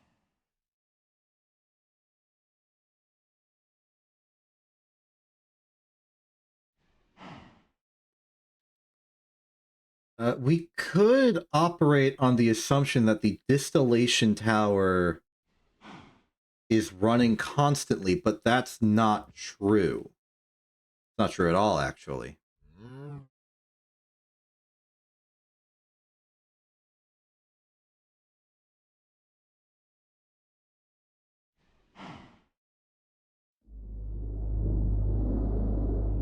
Now, another way we could do it is we can get at least an estimate of how much time we're getting out of it.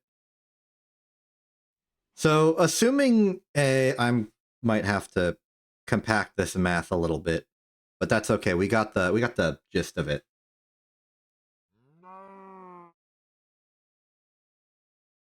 So for one cycle of this, we're getting... I'm going to say we're getting 5,000 excess EU per cycle. Question is, how much is that in amperages? Well, how long do we get full amperage power for particular levels? So let's say we're going to do 1 amp of low voltage. That would be 32 EUs per tick. So it would take 5,000 divided by 32 EUs per tick.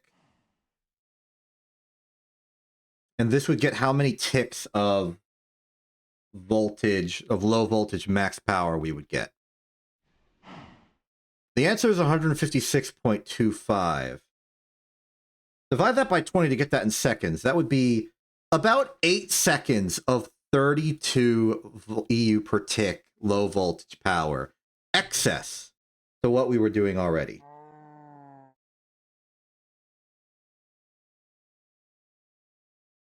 Okay.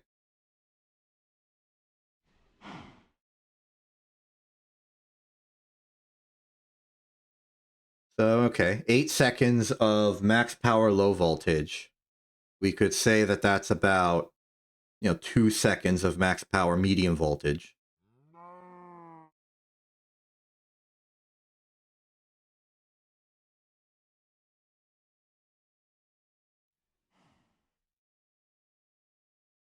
What if we didn't care?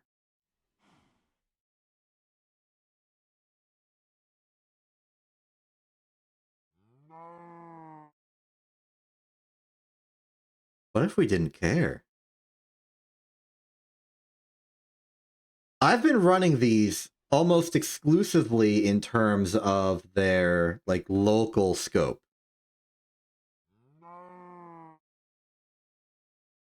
But what if we centralized this? Instead of trying to find the right fuel output to the right power needs, what if we just converted it all into power?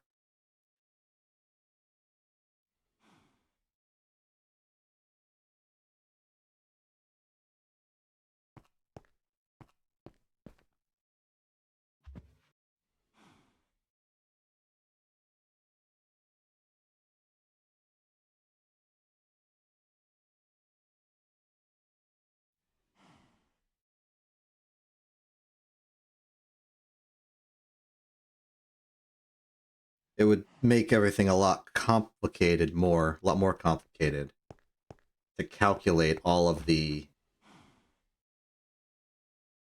collected parts. That's annoying, but overall, it might be better. It might be good.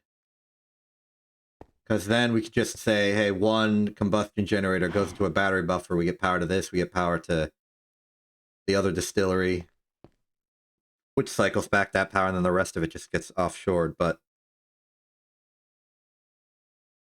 what we would need is we would need all the fuel that turns into power to be united and then redistributed outwards, which for the entire factory is a terrible idea. But for just here, there's an argument to be made. I don't know if it's a good one.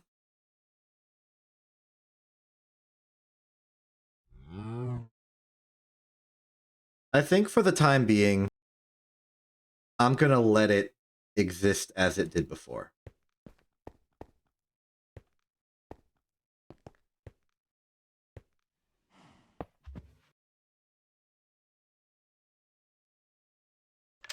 Going to set it up.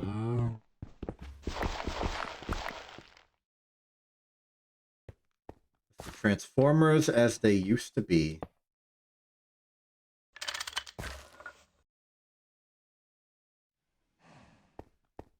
High voltage power that they're associated with.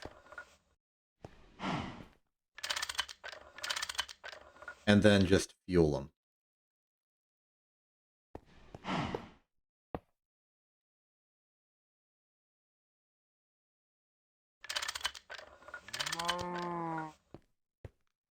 This means that the toluene will still be locked, and the ethylene won't be ready immediately.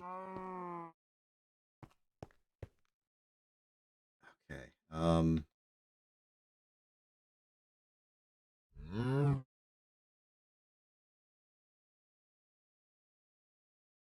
Creosote phenol. Creosote phenol.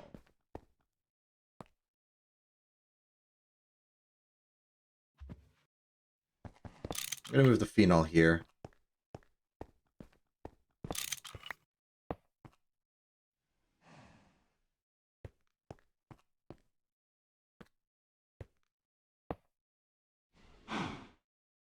That's PVC.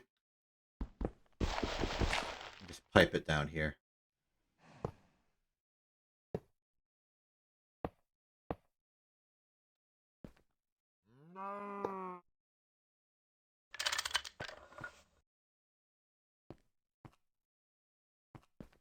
The toluene from the top. I should add ladders to this, huh? Oh, that's gonna be a throughway. Okay, assuming I walk in from here, I do this, I do... okay. Not a convenient place for a ladder. What if we make a bridge? Like, I ladder up the relatively clear side of the pyrolysis oven and then bridge myself over.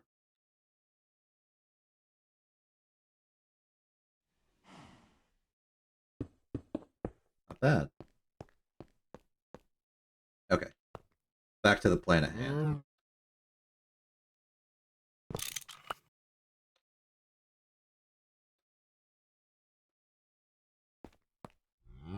And then you are this one, just to denote your intentions. A.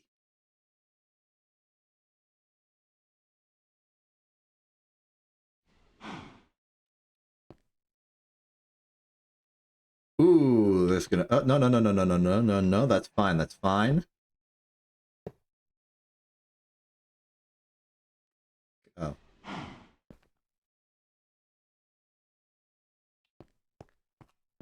It may end up being the case that I move the creosote back over to this side, just because I want some clearance here. In fact, I'm going to commit to that. Oh, no!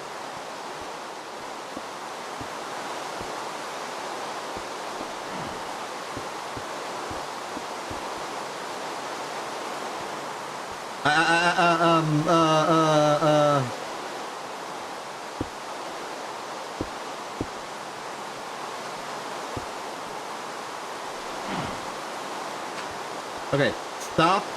Stop everything.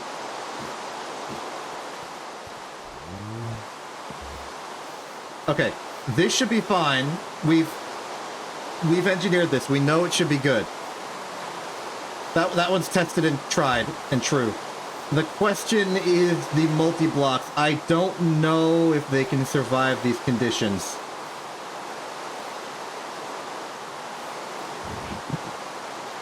Oh dear.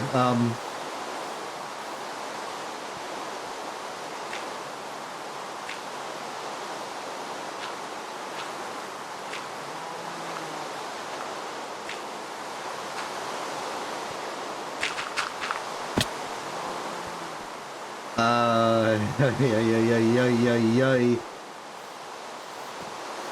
Look, this could prove to be completely unnecessary. I honestly think it might be. But I'm not taking that risk. I can't take that risk.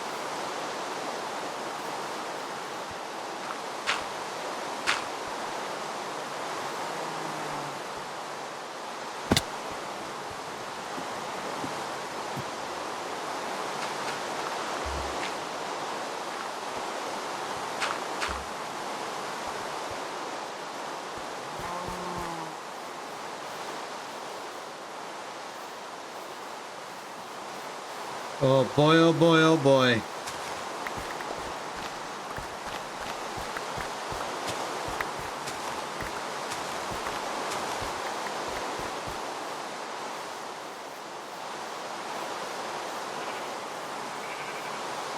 Everything stopped when the factory is in risk of being set on fire and exploding. I cannot lose this machine. The cost of losing this machine would be devastating.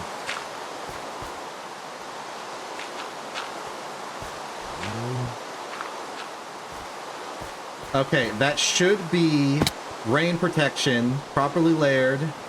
Nothing's exposed.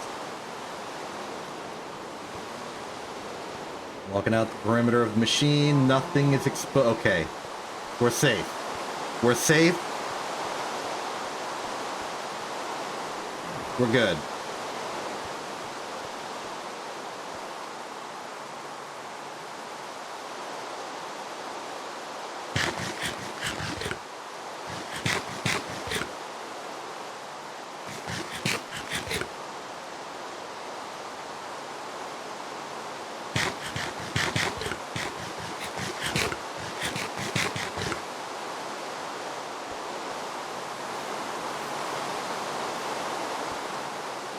Oh, okay, I've calmed down. Alright, back to whatever the heck I was just doing. I was swapping this back over to the other side.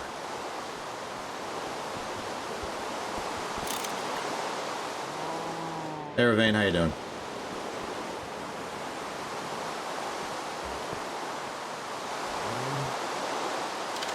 Okay, this means that the intended way to access this maintenance shaft will be to go around.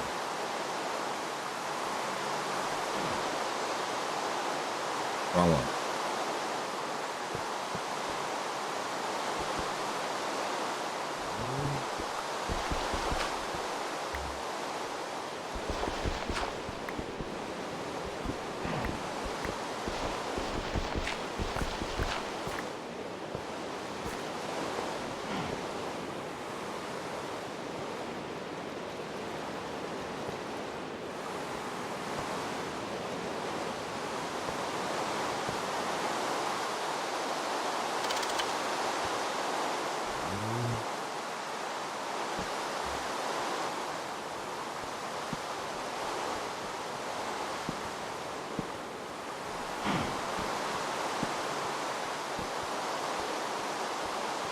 Trying to defend against the threat of hostile pawns on top of the dirt wall I just made.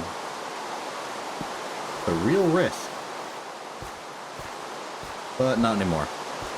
Okay, so newfound priority is getting a dang roof on here.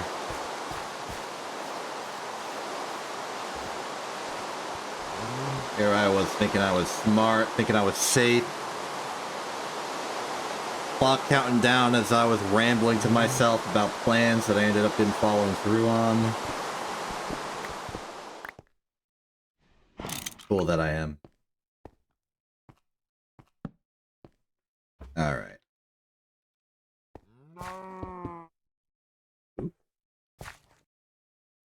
Okay, so the bare necessities of getting this factory powered are done. While I'm here. We want this to be in item and fluid mode for both of these.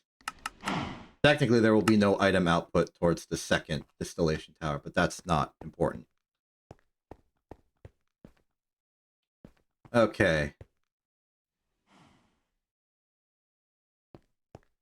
Now we need to worry about piping this thing. And for that, we have a little bit of an issue. Our fuel is way over there, and if we try and pick up the super tank it's attached to, we will starve to death.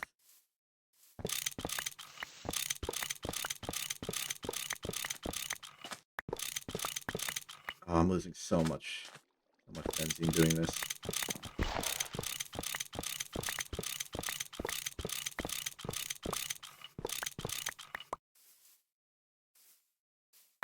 Okay, but if you're wondering why I did that, I want to move the underground pipe one block in.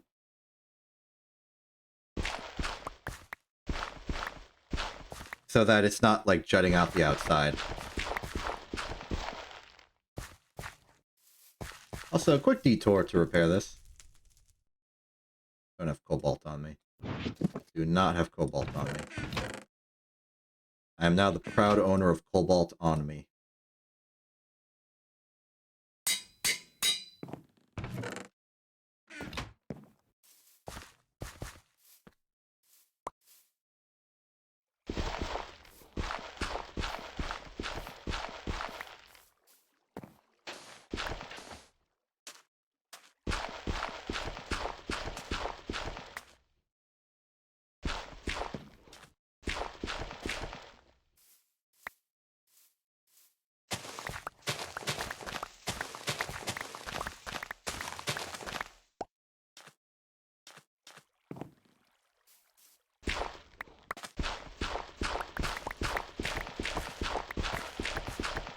Okay. Reconnect these.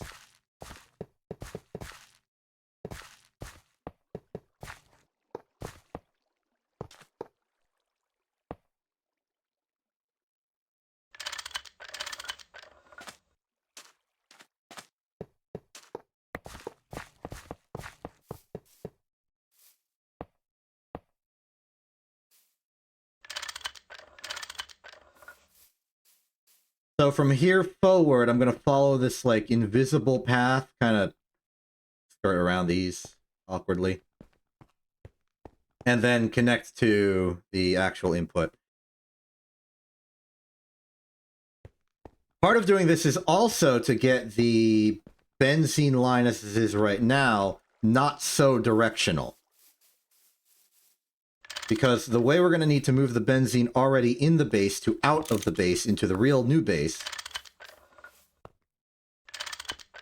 is by just letting it flow through the pipe. And we also need to go all the way back to the new start because we need to use the benzene to sort of, like, kickstart the power generation here. You know, there's steps involved.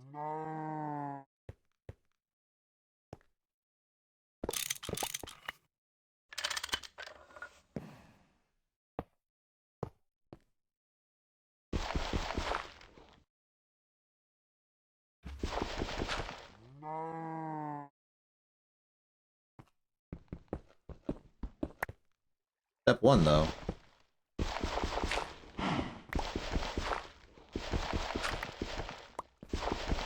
In the previous iteration of the factory, the benzene powered the initial stages of the factory itself. So it will continue to do so here.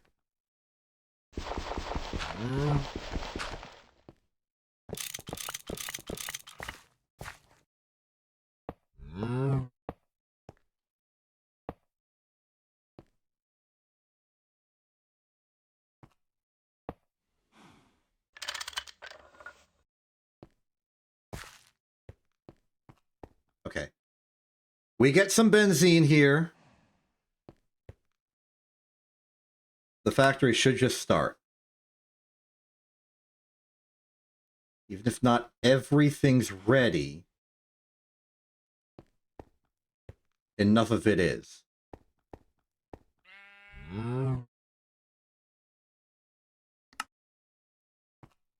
And just for the time being, I'll make a sort of emergency cut-through barrel chest.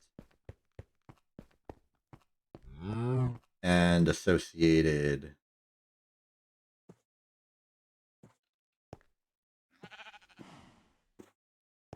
Oh, fine, I'll do this. I know I said I don't care about the small pile of charcoal, but I can care about it if I want. We have the barrels for it. It's not a real concern. It's just a fake concern. Plus, we're voiding output, so it's fine.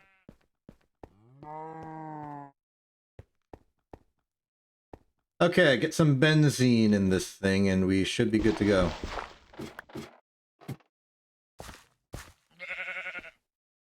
Well, we need to connect the wood as well, obviously. Let's do that.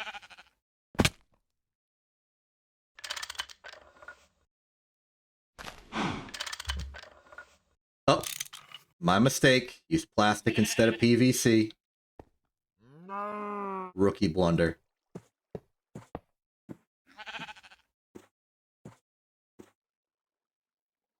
As for you two, you can swap locations. And strictly speaking, you stay there.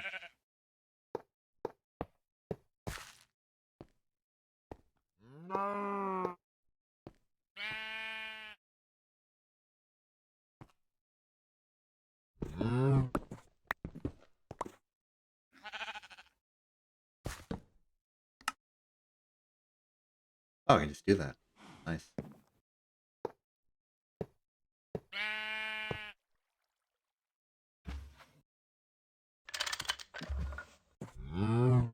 Okay, with that connected, we're technically gaining logs. I'm gonna go for the same hopper technique we did the last time, though, just for extra buffer.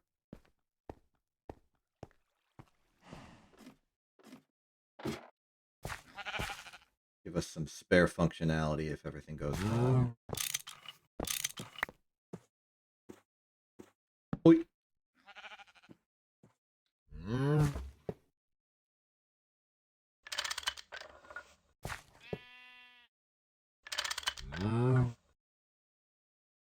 Good.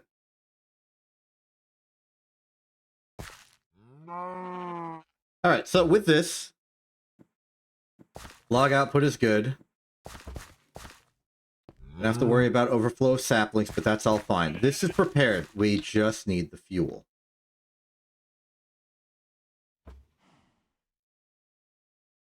So let's get the fuel.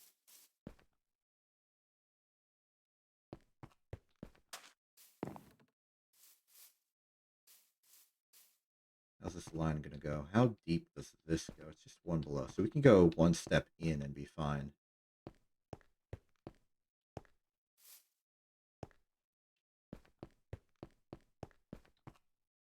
So... here.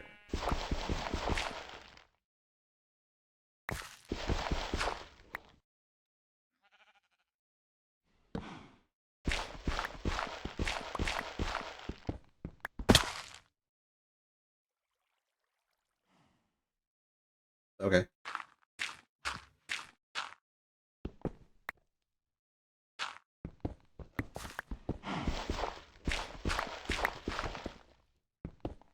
There we are. Okay. Take us.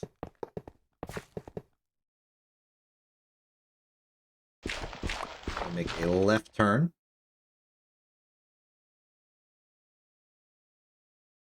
Oh, I should be cleaning this up as I go, huh? In that case, quick cut back here. Don't want to leave unnecessary volume.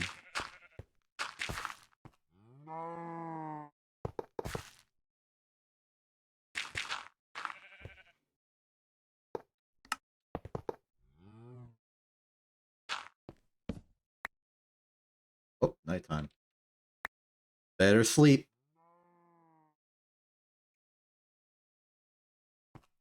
This whole thing is just about as much as an ideal as I was expecting.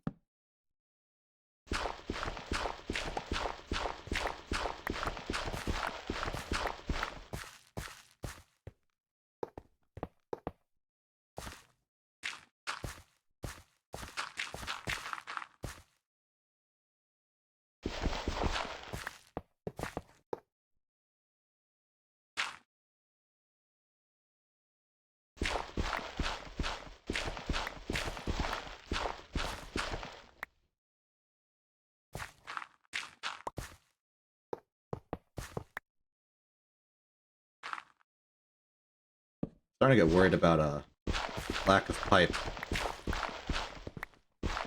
Oh, oh, that's the water line. We found it.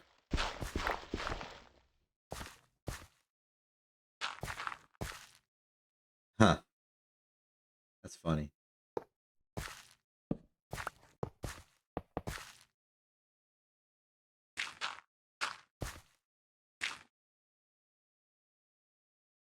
I'm gonna need a new approach for this.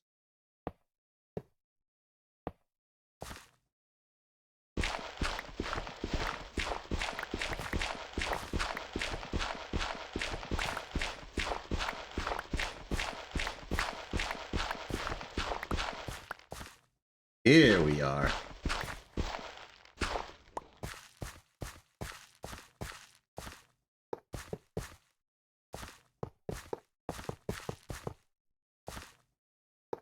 Just enough. I had extra somewhere, but still.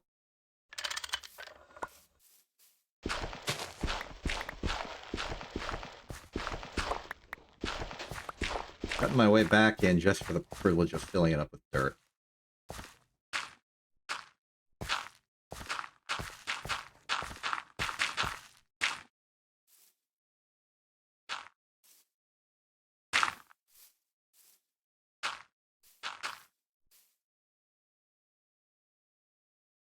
All right. So that should mean everything is connected. Save for a little bit. And that little bit is what we need to fill now. So the moment I connect this pipe to...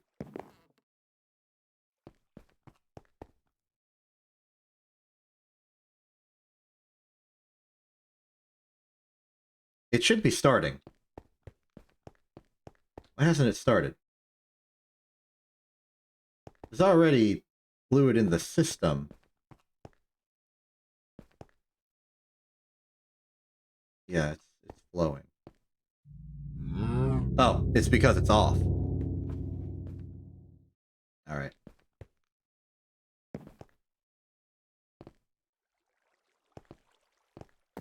Here's where the moment of truth really starts. We have now connected the power lights oven at minimum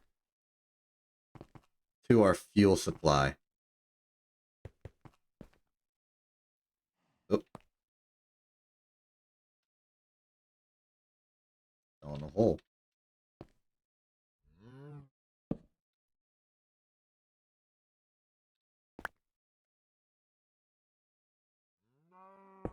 Okay, so the power lights oven should be ready to go. Activate in 3, 2 now. There it goes. That should activate. These should activate.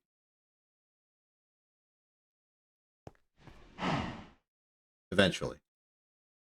You know, in like 10 seconds.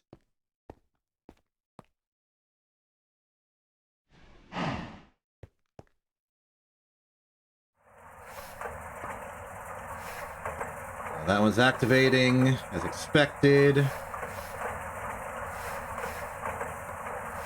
Okay, next up is...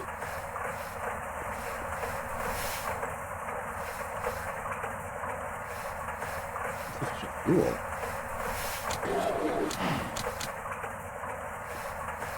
What?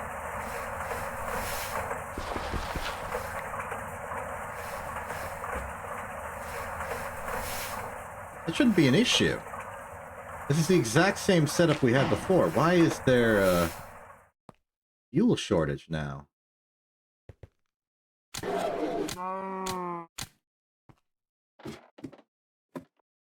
Oh, of course! I covered the muffler. Rookie mistake.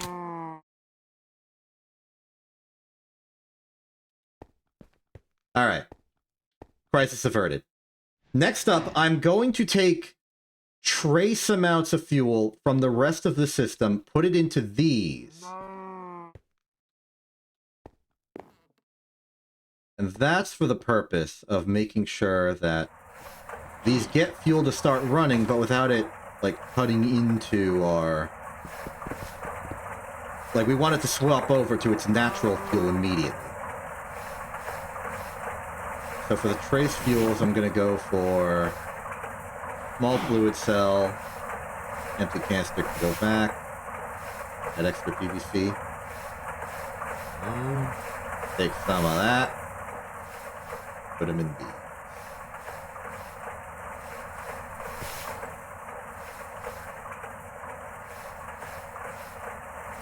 That should hopefully be enough that the system can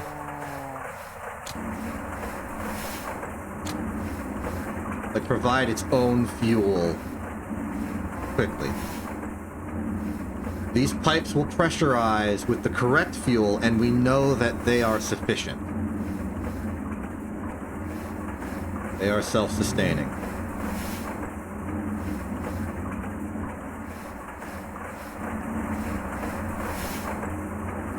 Ashes are piling up as expected. This is not going to keep up. That's why we have the second one for the overflow.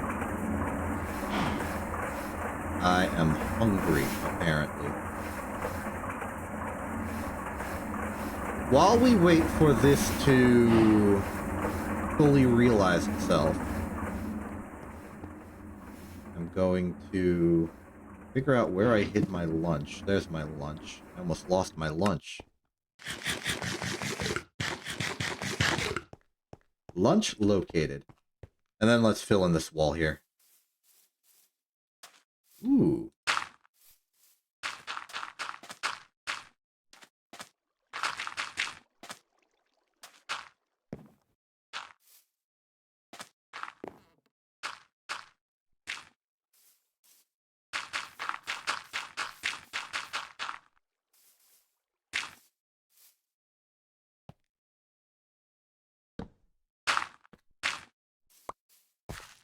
There we are. Nice smooth wall. So, next step is I want to relocate the benzene's storage location.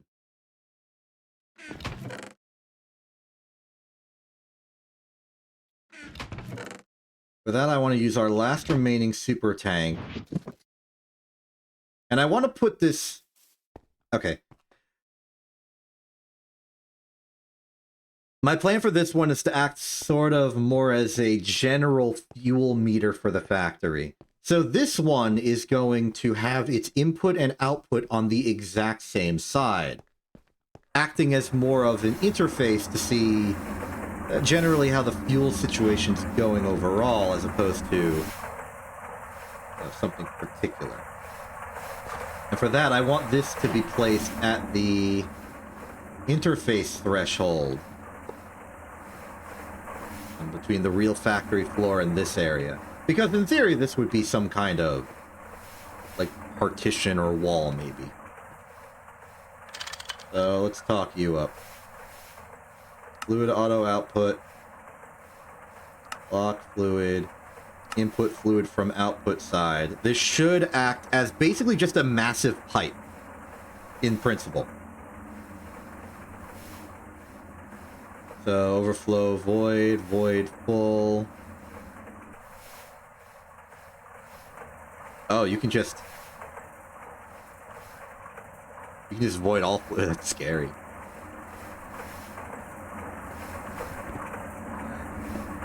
From here, it should be a simple matter of connecting this upwards.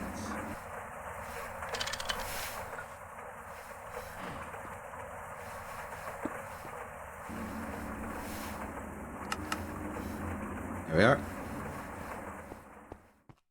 And then temporarily, we can go to the other benzene canister and just directionalize its output. And that might take a little bit of finesse, just to make sure that the rest of the factory doesn't go under as a result. We can't pick it up. There's no... Thought of an easy way to do this. Cancel that. Do this. Do this. Do that. Do that. Do that. And this should be draining.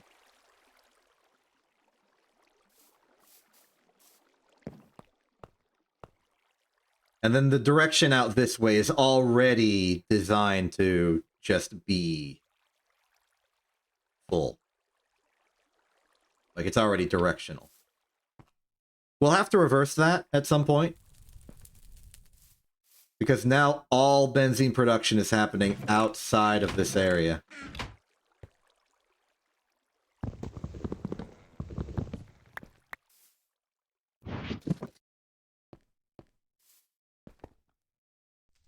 Look at us. We cleared out a whole factory.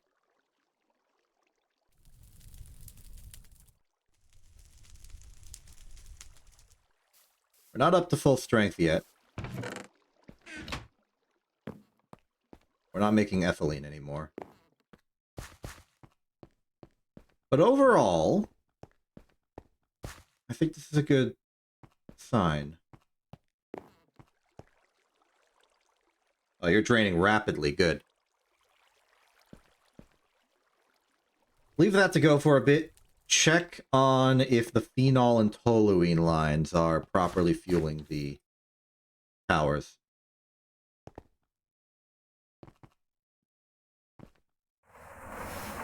The distillation installation. Oh, no, this... Why would I put this here? This would obviously output multiple things. As a temporary measure, just do that. How you doing? Okay, you swapped over the phenol. You swapped over the toluene. Excellent.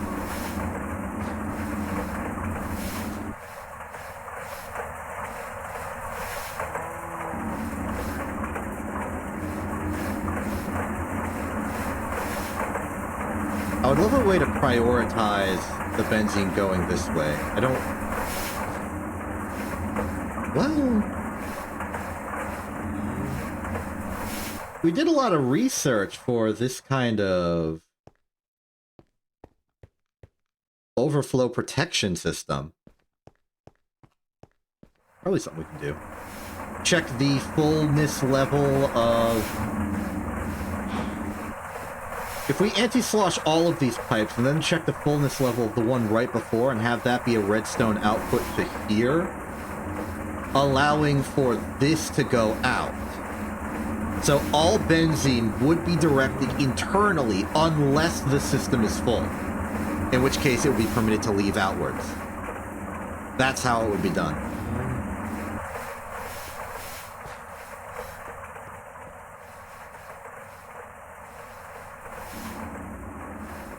So we can do that. We probably will.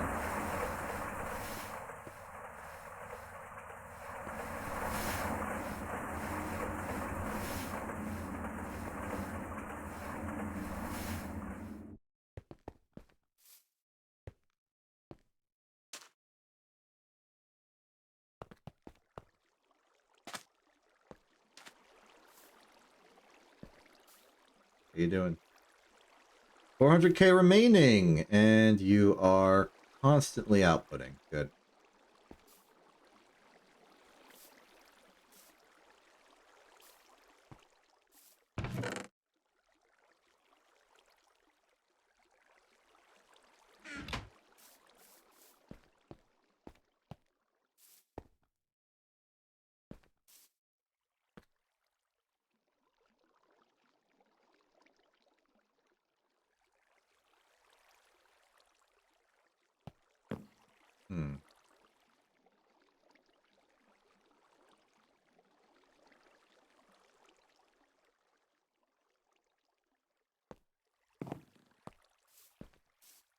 This place is really starting to feel empty, huh?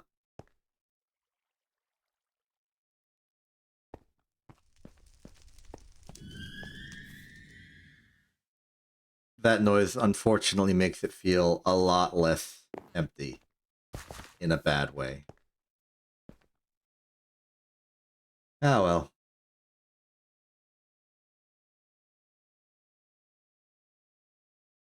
Maybe we should start converting this properly into that visitor center I wanted. And restaurant. Maybe it's like an underground restaurant. Like the visitor center is the main floor, and then you go downstairs to this more sprawling, restaurantian area. We gotta get some designs on that. We gotta get some designers on that.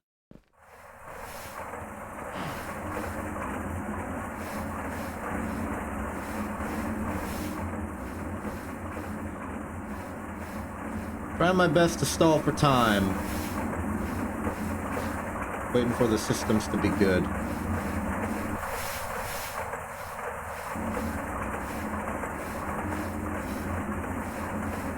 How about we do that thing that I just said? So, what components do we need for this? Okay,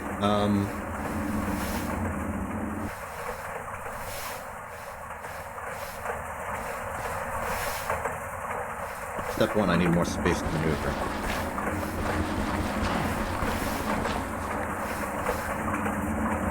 You are inputted like that. You are inputted like that. Like that.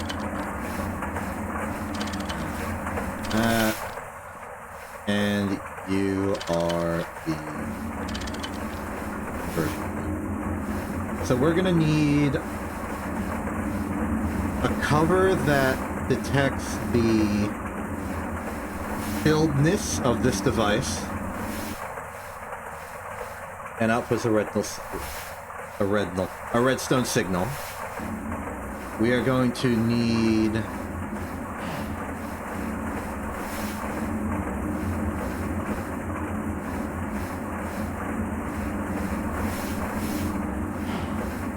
the machine controller thing to activate a third cover that open and closes this way. Great. It's actually an exact copy of the three things here. So fluid detector cover.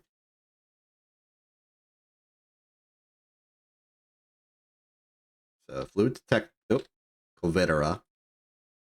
Fluid detector cover. Machine controller cover.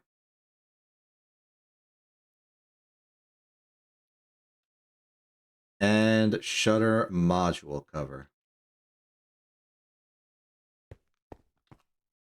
Make one of each. Another weighted pressure plate. Need another long steel spring and more iron plate.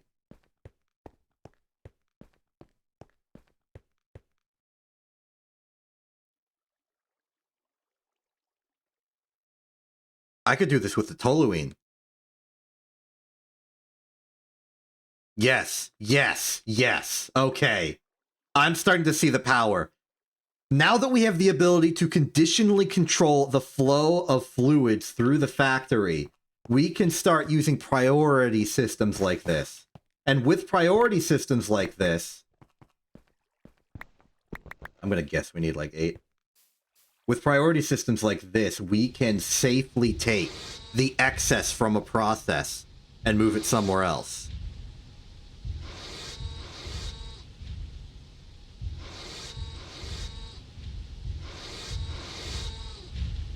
Oh, that means we could extract the phenol as well! It means redundancy in the generators if we're diverting the phenol to do something else. But still, that's well worth it.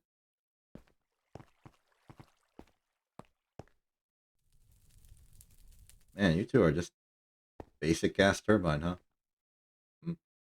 Hmm? Hmm? Hmm.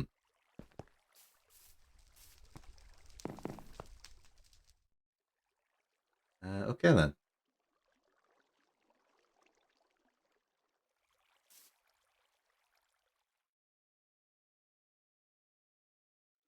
I technically don't need the wood vinegar then. Great. Okay, first off, clear the inventory of some of the junk. We are going to need to do some crafting today. Good enough. Okay. Shutter module is drain module. That is 2 iron bars and some... Don't bamboozle me. It's 2 iron bars. And more iron bars. Get some more stuff. Okay. Turns out we're going to need a lot of iron plate today. If we made too many, that's okay. Head to the basement, take some of the bars off of the walls. At least 4.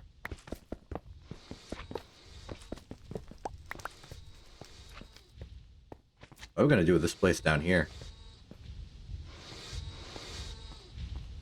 I don't think minecarts are all that useful in Greg.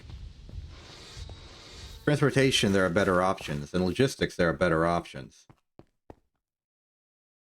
But the idea of there being like a subway down there would be cool.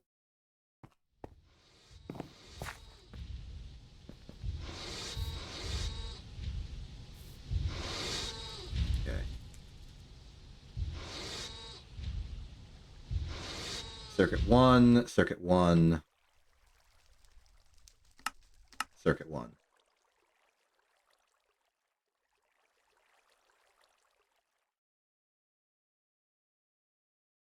That's going to take a bit, and I regret doing it like this. Also, I'm going to need to clear out that glue in there.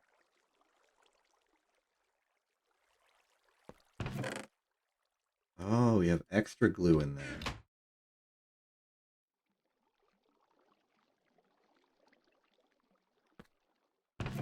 Right, that's why I have those 2 extra cells.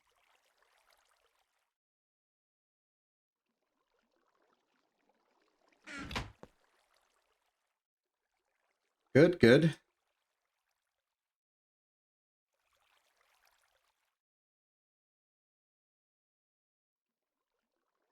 What would happen if I put this next to, like, the ocean? Would it take the source block, or would it not take the source block?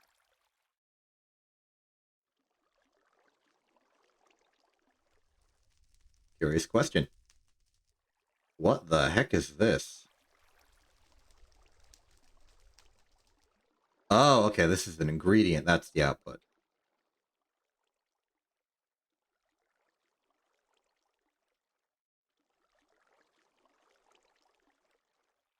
They're probably done this in the high voltage one over there. Okay, so that's the shutter module. The machine controller is lever and soldering junk. Well, that's why I cleared the chamber. Fluid detector is that weighted pressure plate, which is going to need a steel spring. It's an entire steel ingot of steel. Well, that's going to be tough to deal with. Tragically, we don't have a long rod mold. I should probably make one. In the meantime, we hammer.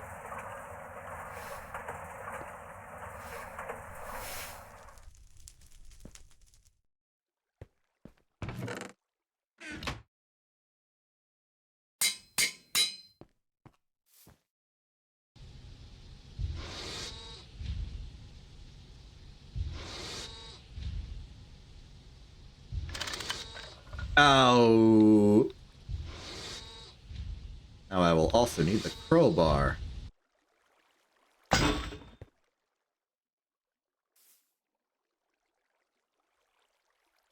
Oh, I'll need 2 of these.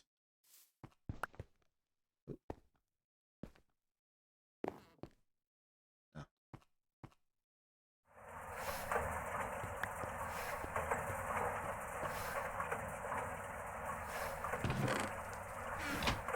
And we're still there. Good.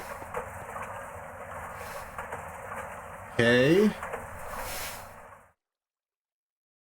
That works.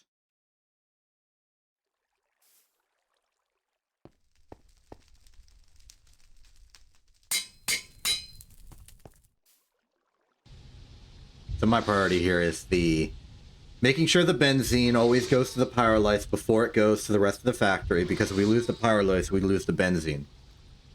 So we can't lose the benzene, or we'll lose the pyrolysis.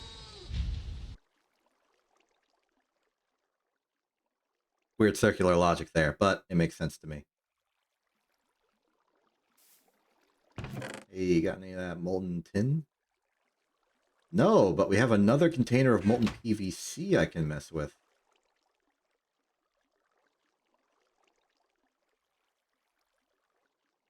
There we go.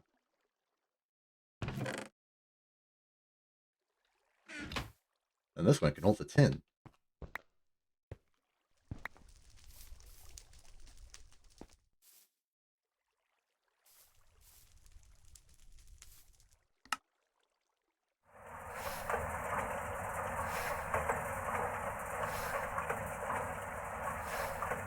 Okay, those are ready. Put in some iron plate and these, and it's not working. That's because we need the tin.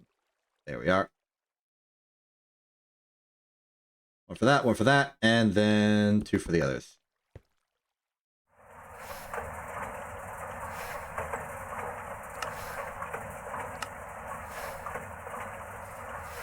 Nice and secure, ready to go. And this last one is lever, which is button and stick. I don't think I made extra levers, but I did make extra buttons back in the day. Apparently 5. Need another stick. And got stick.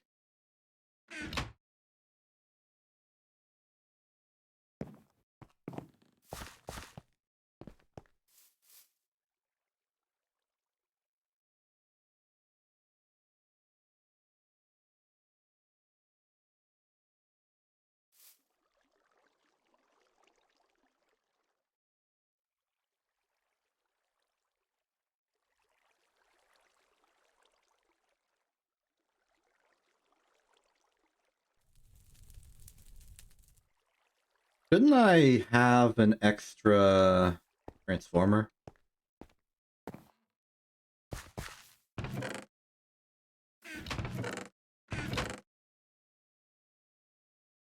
Yes. Not what I was expecting.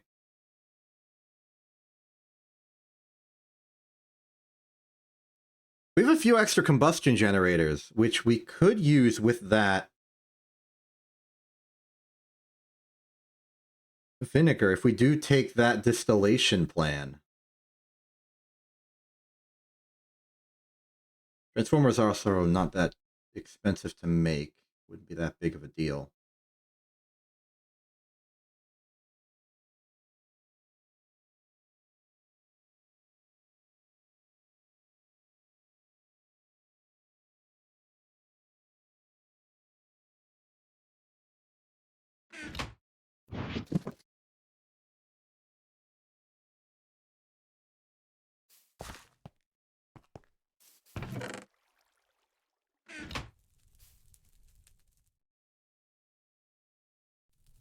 First things first, let's get that logic prepared.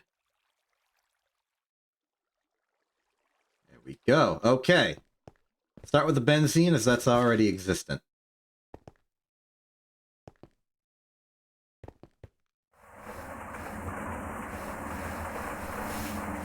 Okay.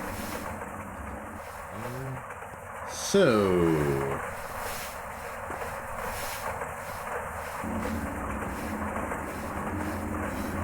this is the detector. We want that here.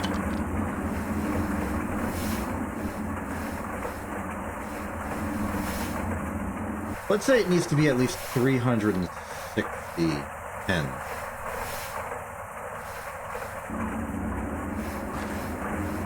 And we have the machine controller and the cover. Check this logic here. Open if powered.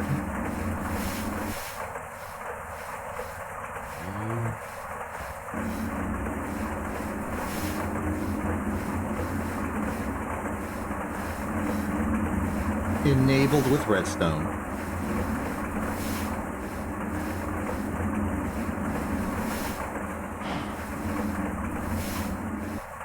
Now the question is, which mode is normal and which mode is inverted? I don't remember. Is there a quest involving this? No.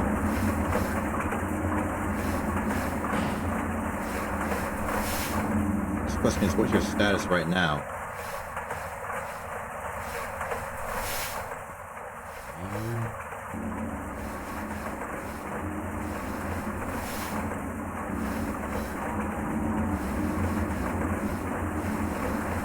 Why does it feel like you've stopped?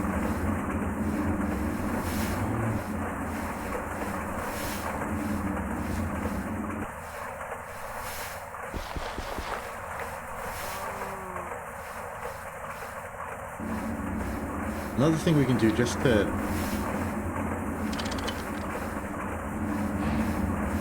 better verify this.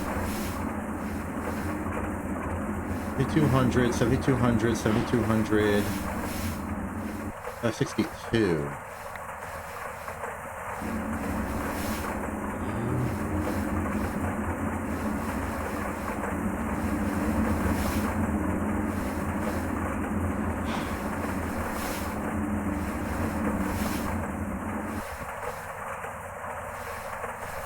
What?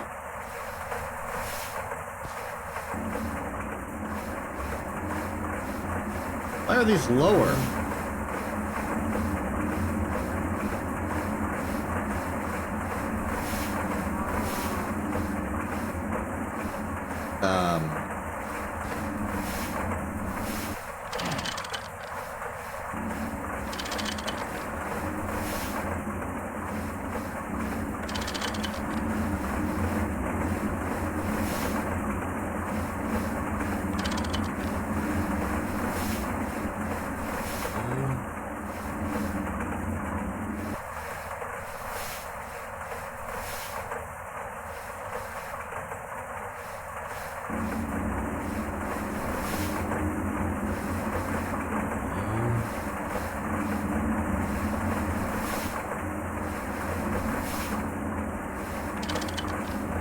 Why are these decreasing? What am I missing? This is not like any of the normal fluid flow behavior I've ever seen.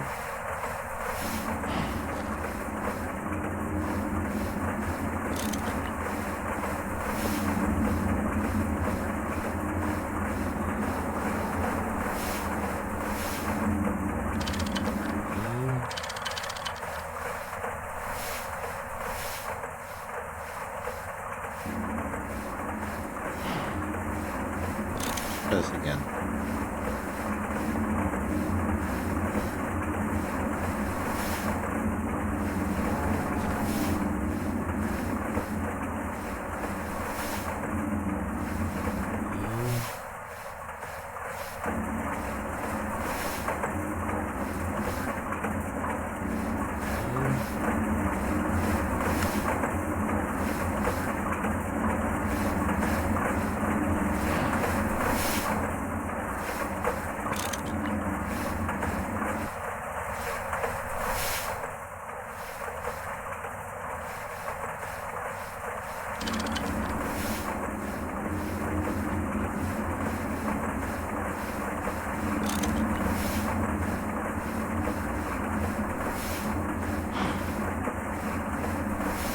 What is going on?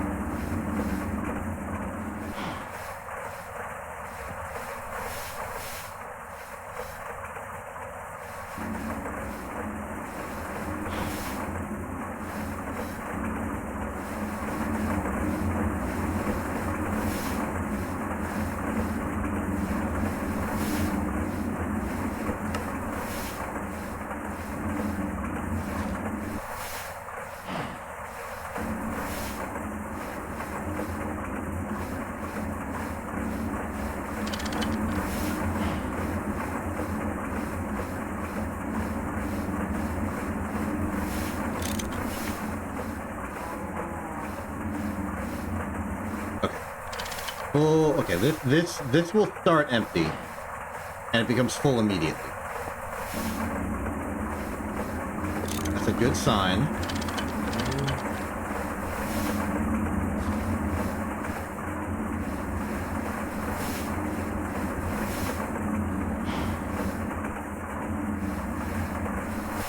So, in principle, if I...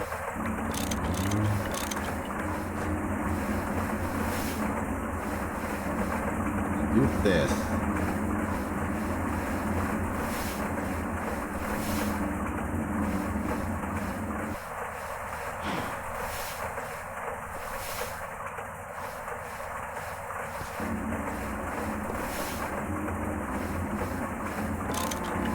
Oh, I wonder if it's because of the exact threshold I set. Like,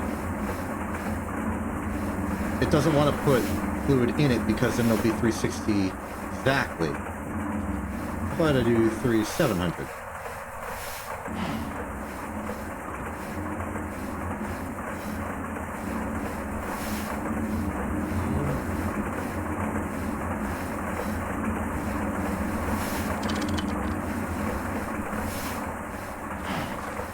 Fix this before it breaks on me.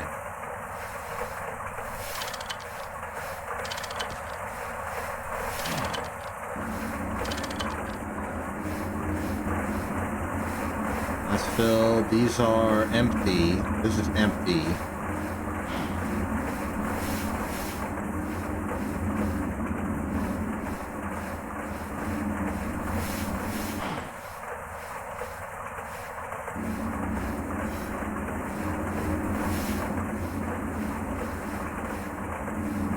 Given it's at 0 now, you should now not fill. And you don't.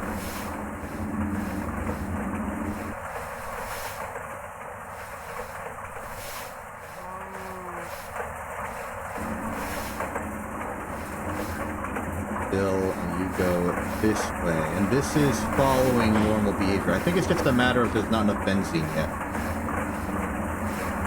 The system hasn't reached...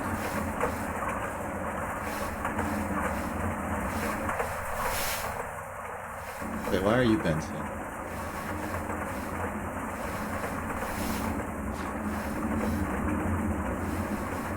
Wait. No, wait. This is creosote! That's benzene. How did...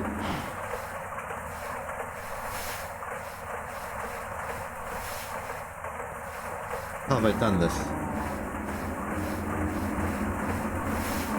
I've been pumping the pipe network full of creosote. That okay. I understand. The reason this has been acting weird is because it's never been getting benzene from this direction. It's been getting it from here. Gotcha.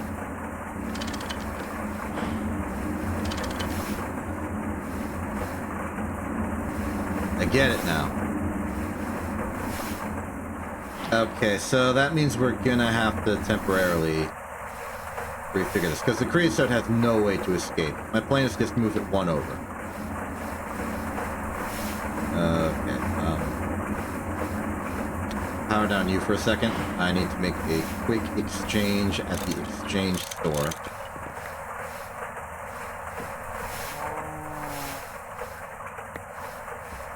Hey, Nagil, how you doing? Oy.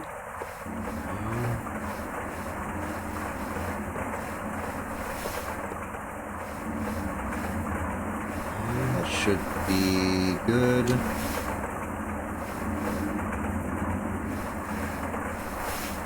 They're making 1-2. Are you making 1-2?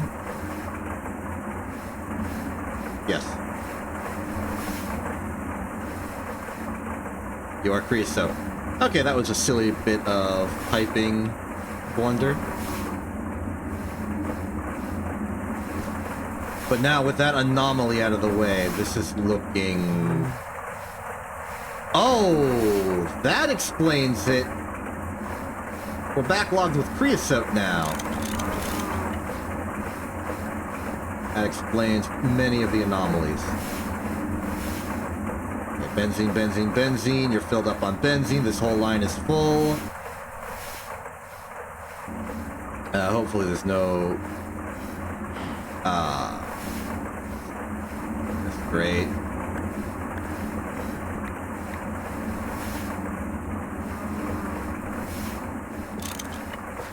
Fortunately, the pipe's pressurized, so the creosote probably didn't get far. It does traffic jam itself a bit. Ooh, fluid processing is complicated. Oh, great, there's more. How bad is it?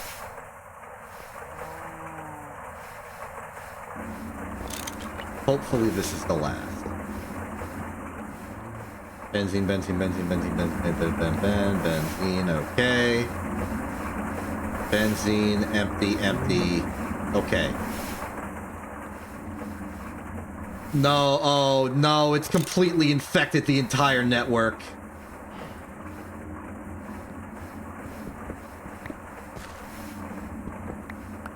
Please.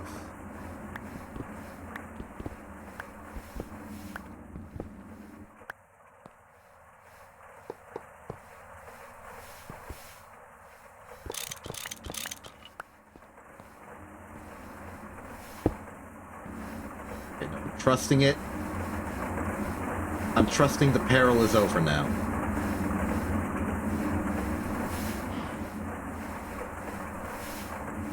That might be why that's not rising anymore. Oh, boy.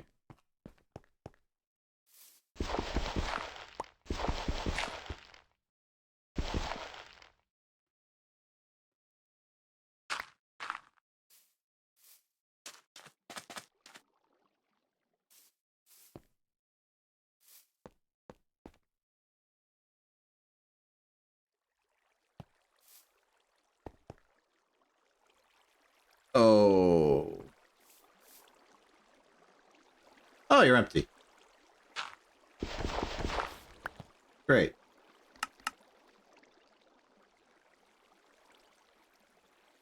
Pick you up. We are good. Okay, so the fact that this is full but this isn't is just a byproduct of it being empty. But why isn't it filling? And I think I know the answer. The answer is I've infected the system with creosote. Okay, we're going to need to do a full audit. Figure out where the heck... Actually, there should be an easy way to do this. Drain the pipes. Do that.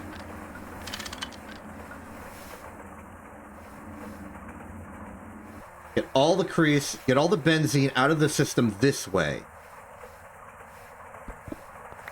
Be enough room.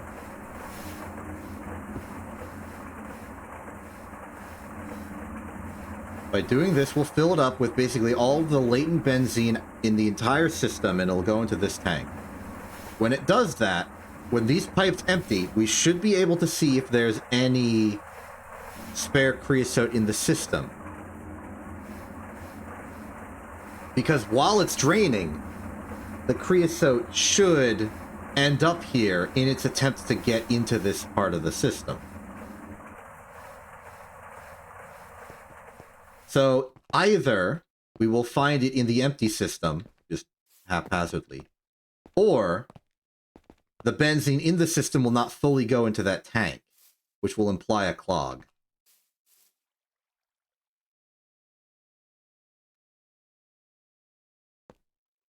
Like, look in here, for instance.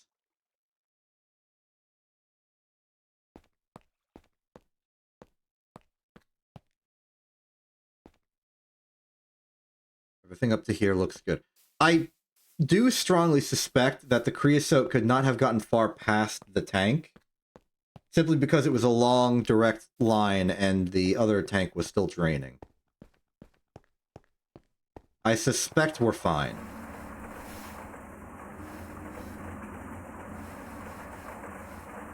Yeah, the fact that this can go empty with benzene still in the system is a very good sign.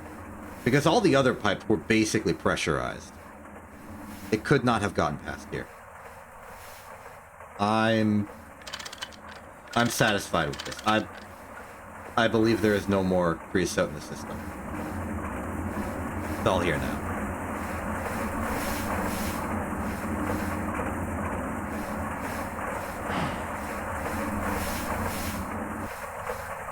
That explains the anomalies.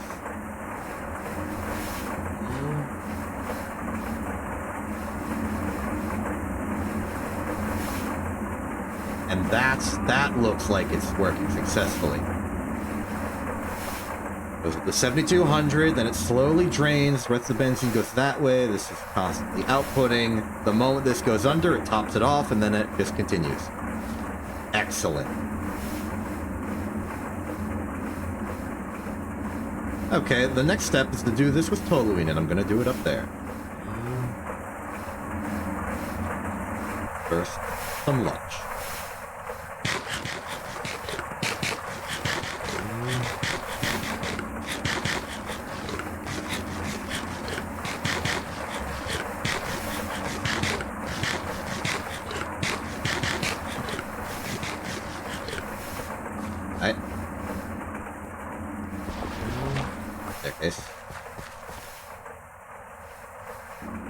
So, the idea is that we will have the same system, except it will operate for here.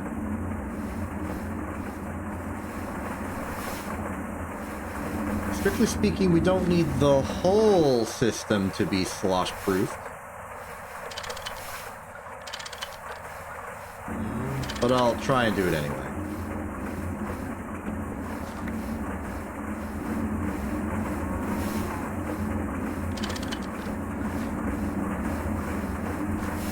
I know if you go into line mode. I'm not in the habit of going into line mode.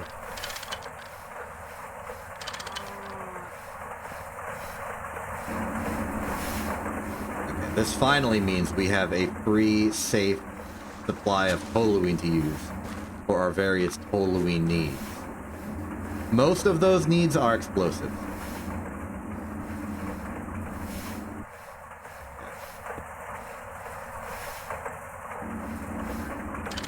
Even just doing this is a great upgrade. So, power module there. Fluid checker here. Let's put this to 7,000.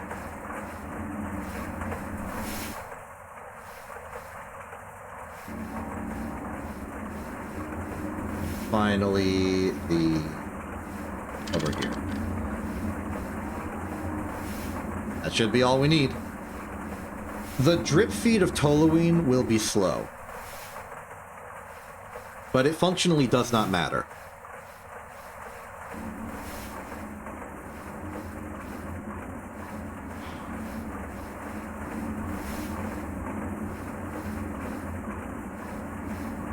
Because eventually it will fill.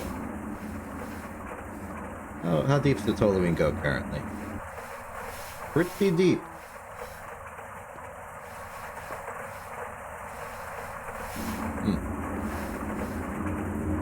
You're filled. You're fairly filled. Okay, it's going to be a while till we get any free toluene, but we are pretty much on the precipice of power with that.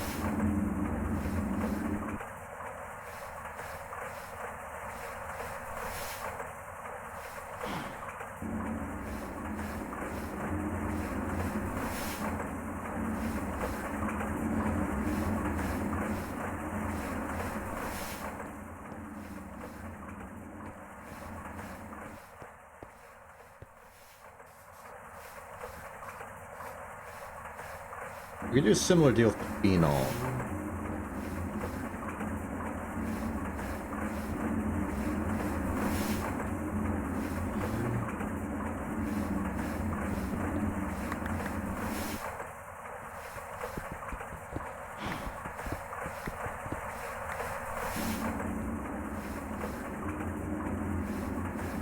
Wood gas or ethylene. We could start it.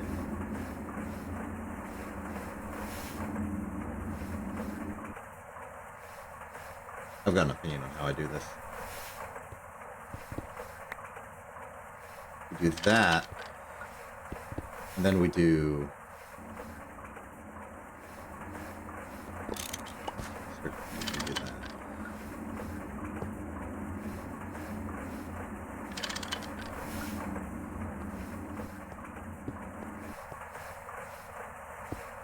So the idea here is that it'll only go into the super tank if the pipes are pressurized.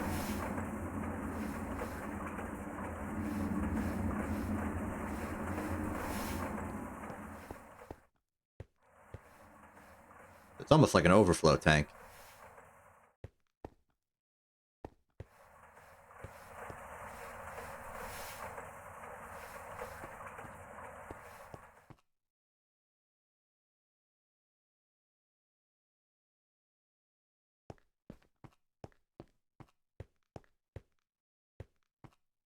Okay, before we declare everything good and safe and ready, there's one thing we're missing, and that is the polyethylene, well, just ethylene output. Principally, we could do that with the power output from the phenol engine. After all, that's what we did last time.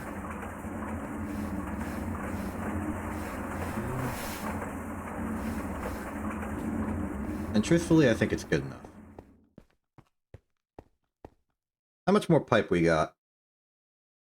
There's no easy way to pipe over the wood gas from where it's being made to here. Well, that's inconvenient. Let's provide a boost. Let's boost it. Let's get it boosted.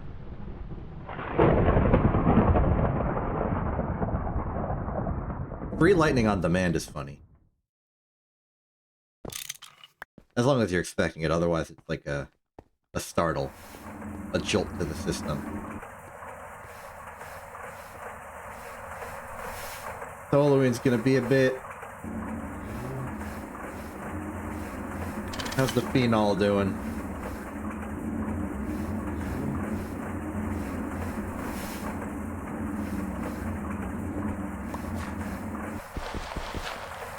Slosh this just so I can get a read. I like having my indicators.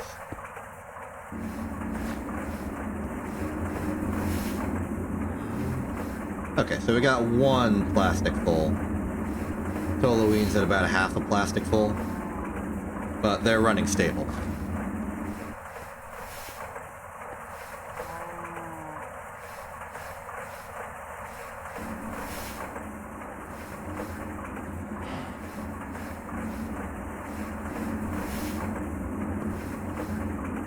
My singular cable.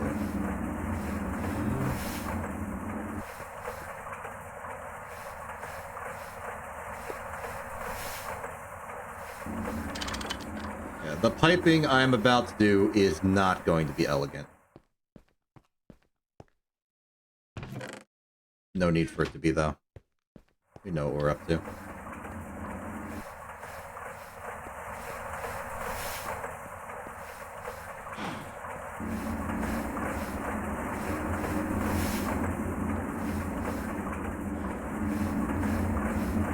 Alright, you are the gas. I guess this won't be too much of a deal. Biggest issue is this thing, which doesn't matter. the fact that we technically have to go around, back, and then down. Boop. Oh, wait. Before we do this, we want to make sure we're using the right circuit setting for what we want here. Circuit setting 2.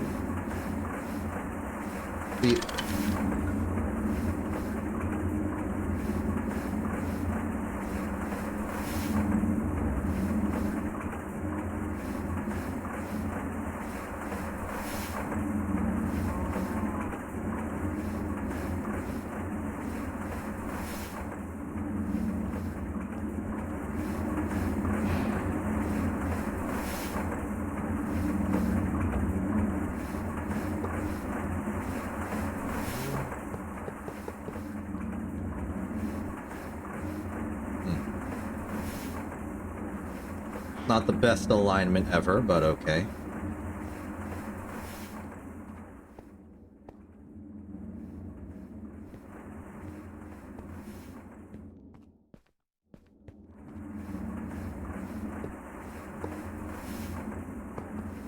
I'll go under. Beep. Beep, beep, beep. A little further.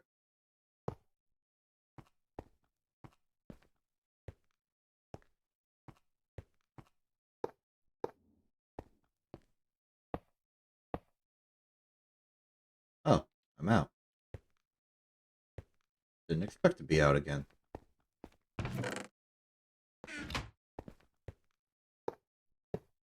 Oh.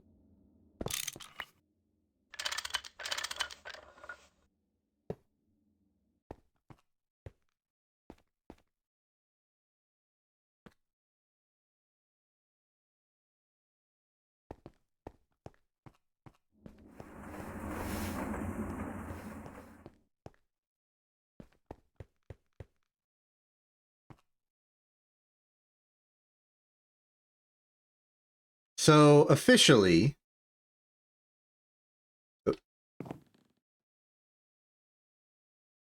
this should be it. We should have everything we need.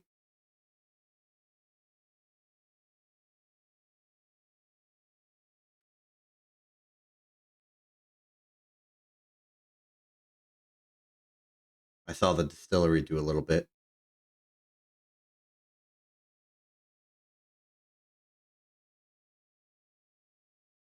We should expect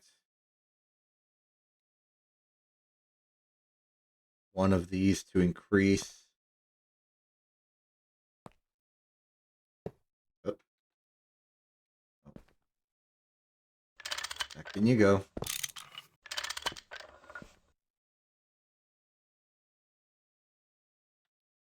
Have I missed a pipe connection?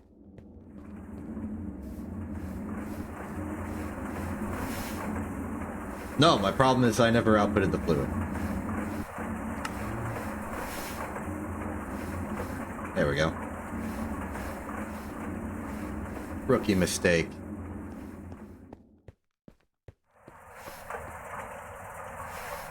Good. Good.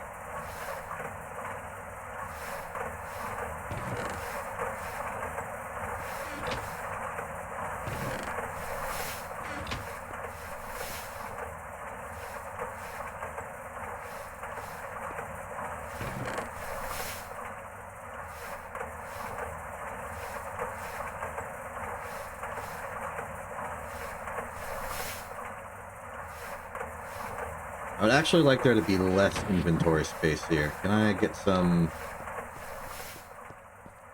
blank garbage items just to fill in the spots? Which is to say, just give me a handful of dirt.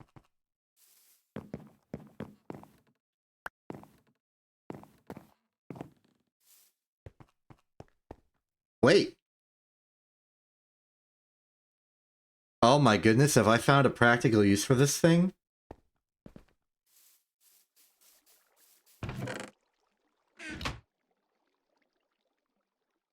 I think I have. This is extremely silly.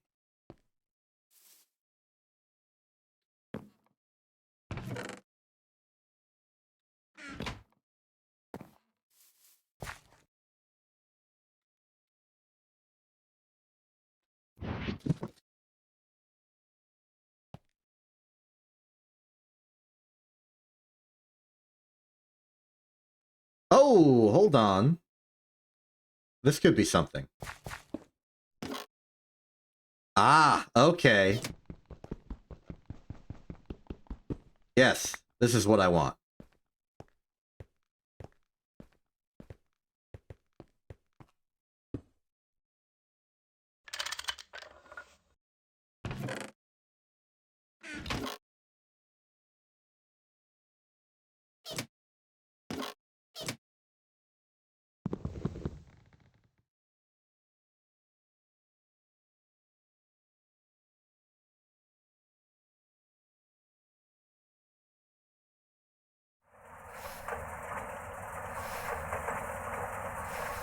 Contemplation. Can I make like a tiny copper chest?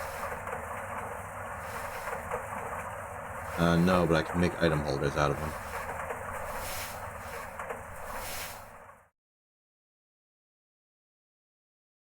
I'm satisfied with my result.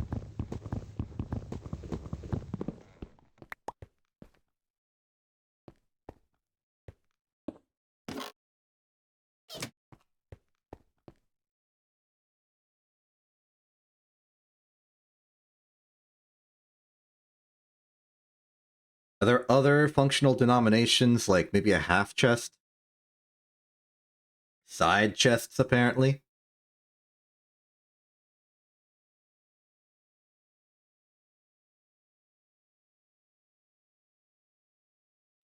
But I think the tiny chest, the baby chest, is probably the best option for the mall type system I have in mind.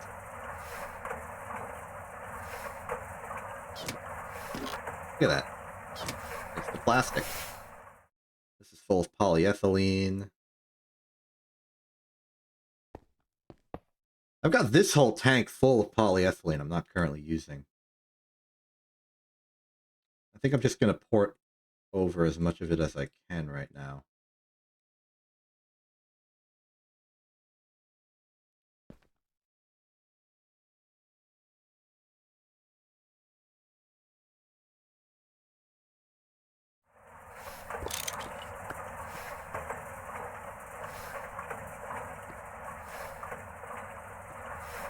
Very good. It's slow, but it is infinite. And the fact that these are being run on oxygen means we're going to get more polyethylene per distillation, and everything is looking fine on that front. It's going to be a while until we get back to our baseline levels, and naturally, production is going to be slow. But ultimately, you can't beat the fact that it's free.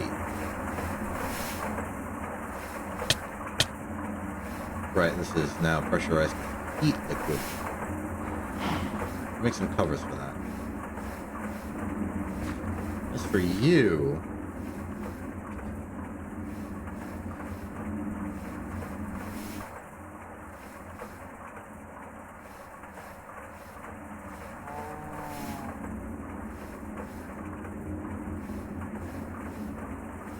some kind of void cover. No, but there is that garbage can. There's a trash can. Ender pearl, iron plates. Easy trash can. Difficult part's actually the ender pearls. But strictly speaking, I could just put an item filter, or, you know, just hopper it into a trash can, and that will get rid of the saplings. Separately, yeah, I'm just dumping the ashes in here. Have to make a line to electrolyte those, and those can all be new inputs to the factory, including a minor bolstering to our oxygen supply. So that's going to be a thing. All this from a couple of logs, huh? Good stuff, good stuff. So technically speaking, we now have infinite polyethylene, infinite PVC. That's the big news here. It's automatic. It just assembles itself. What do we do with it? PVC has a few uses. PVC item pipe, of course. PVC foil is used to make circuit components. You can see here that I've stockpiled a little bit of PVC foil and aluminum foil to make the SMDs. I actually did the SMD quest casually, which is to say that also I used all my platinum to make the SMD diodes. So I'm out of platinum again. But a stack of diodes for what I paid for it, worth it. Before we start declaring me unattentive to the true needs and desires of society, I'll remind you, where'd my lead go? Where did my lead go? If I put it in a random box, not here, it's not here. Did I drop it? I remember I put it away in some capacity because I was making the name cards. Where it ended up, I'm not sure. Somewhere over here, maybe because I was getting the leather. Yes. I did not forget what we still need to do.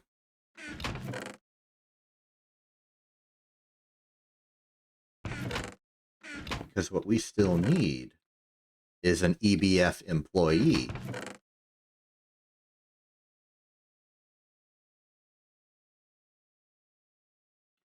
What am I looking in here for? I need slime.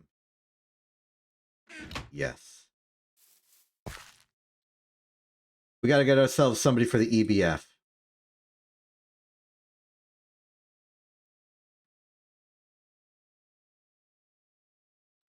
Who will that be?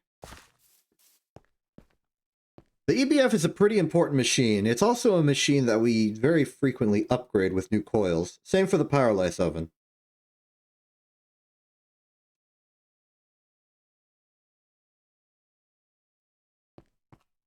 Let's see, what have we already gotten? What would fit? It's a very small space. Similar size to the implosion compressor and vacuum freezer, but taller. I don't know if there's any mob that properly fits the bill for 1x2.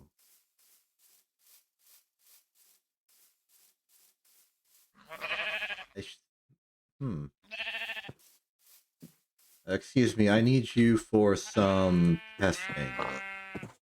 I think a sheep would be too wide, but what about a pig?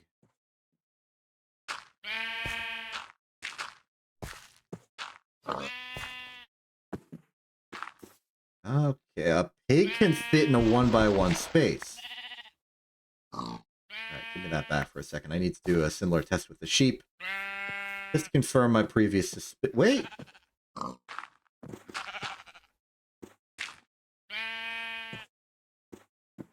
Ah, okay. So this is something. A sheep can fit in a 1x1 space, but can't fit in a 1x1x1. It would suffocate in the implosion compressor. So interestingly, a pig is on the same size caliber as a chicken. But a sheep is not.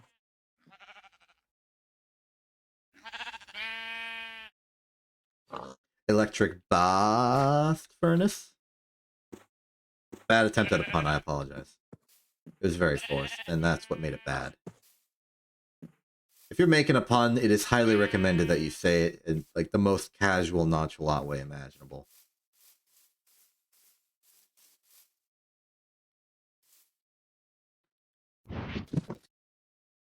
I have a thought.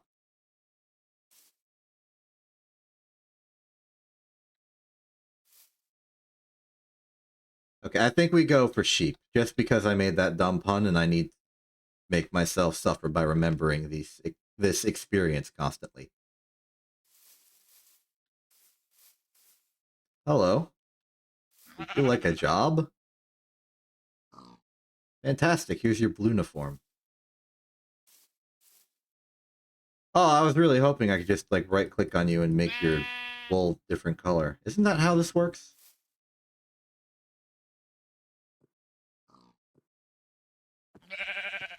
What? Oh, you can turn blue dye into blue dye.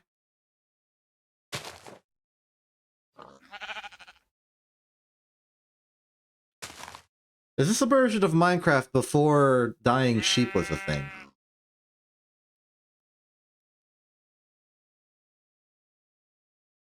I gotta look this up.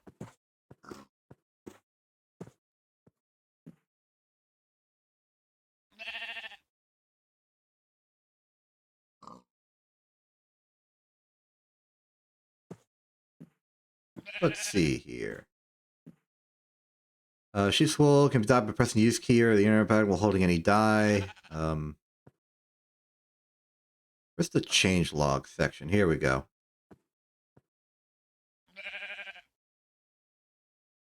Added sheep, Java indev, infdev, alpha, beta. It's been around since beta.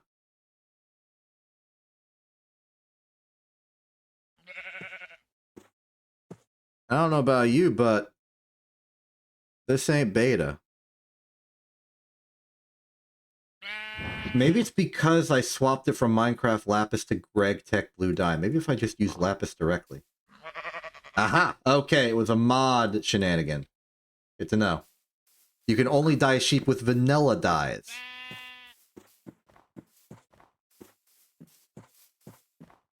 Interesting to know. Perish. I lost the Lapis over that.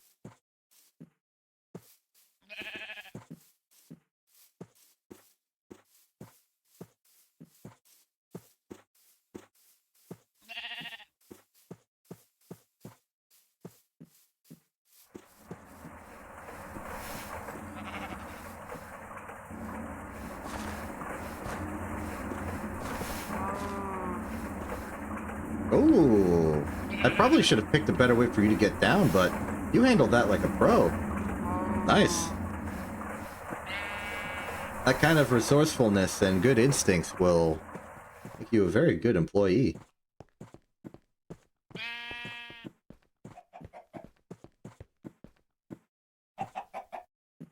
Alright, here we are. Just make your way in here, please.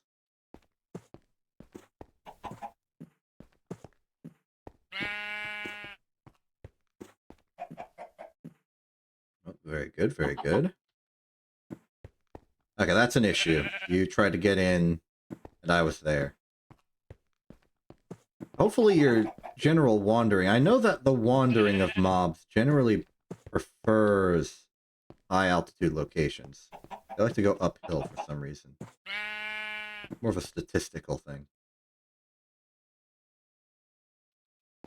So I'm hoping you'll just be compelled to enter. There you go, there you go.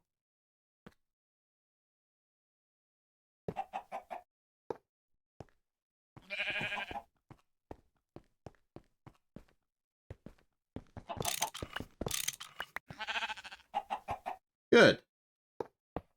Okay, we're gonna have to open that up temporarily in the future just to get the name tag to you, but now we can get that name tag. What are you naming our sheep employee of the EBF? Very, very important mainstay character, theoretically. Gotta pick a good name.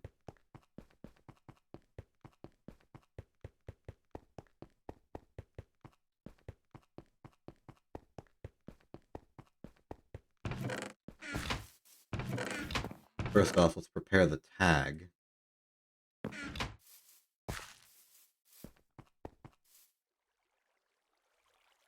You're done here.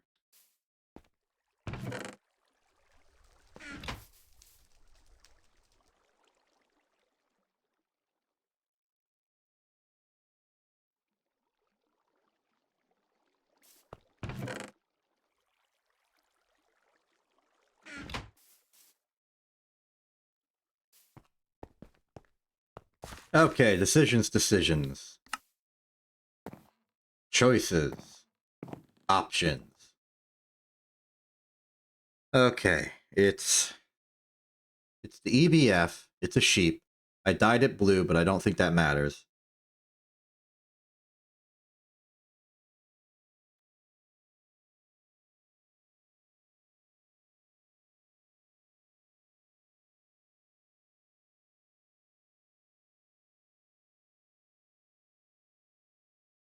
I have an idea.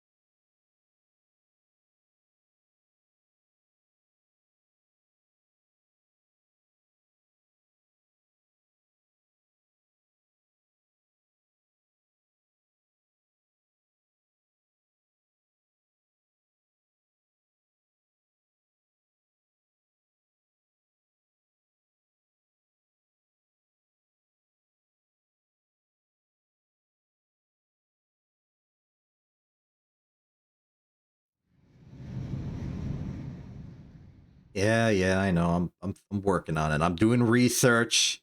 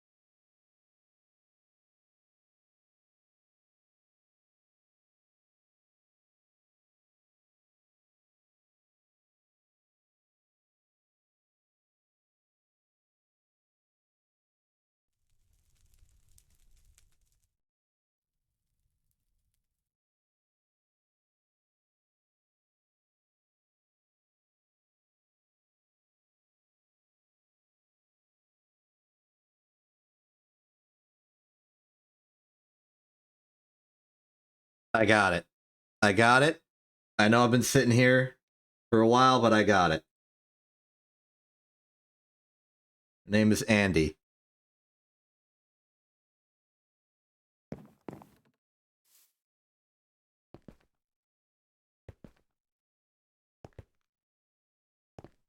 I think it's a good name. Okay, I don't think there's any safe way to, I could go in through the roof. Might lose the muffler like that, though. Don't want to risk it. Just going quick and fast. Here you go, Andy. We good. All right, sheep are too tall. That would have worked perfectly no matter what. Great. That's not important. What's important is that we have done it. This is now, I'll put it right here, the office of Andy. Great.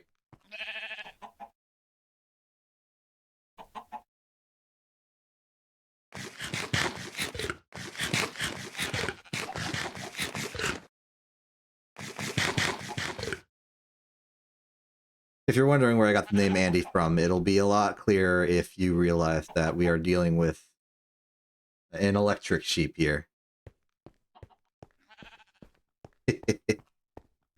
I am smart and clever.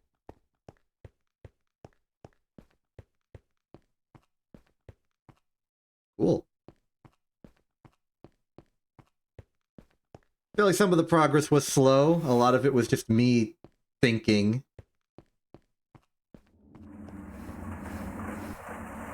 But we set out to do what we wanted to do. We moved the power production over. Power production is happening. And we've made some logistical improvements.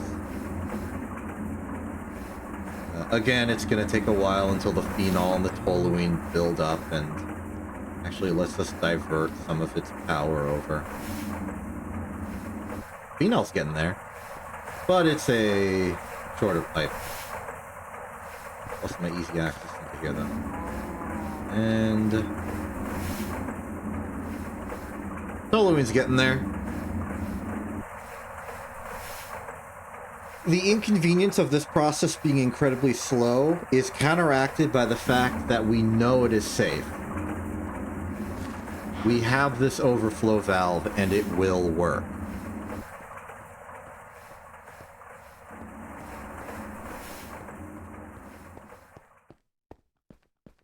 Meanwhile,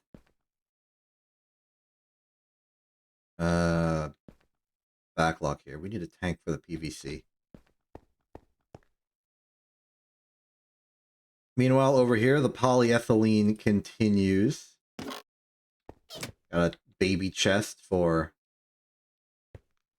operations. I'm going to use the polyethylene in here simply because this is the spoils of long-term storage.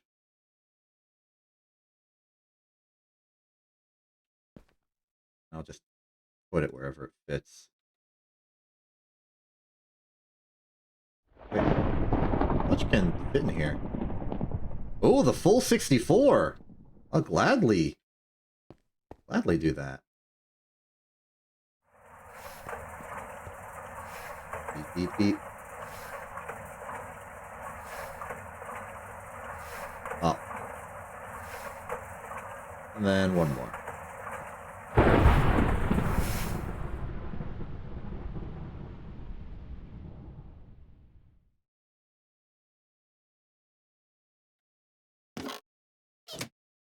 So that'll fill up, then that'll fill up. So we'll have 2 stacks of pipes at the ready at any given point. Might be a bit on the low side given our great pipe networking thing, but for installing individual sections of this factory, I think that's fine.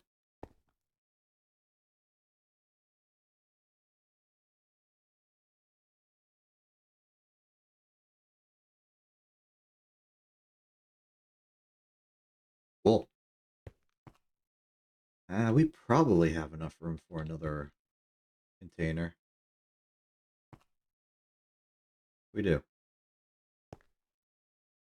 And theoretically, if I could put it in the output here, we'd have even more space. Pipes themselves don't have much space, so I won't bother with that. All else is good. The pipes are going to be a mess, but fine. We know what we're doing. We know what they're doing.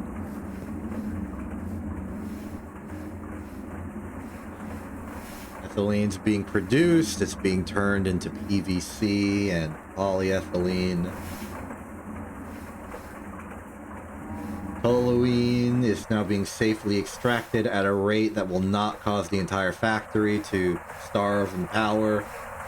The distillery fails to power its own self.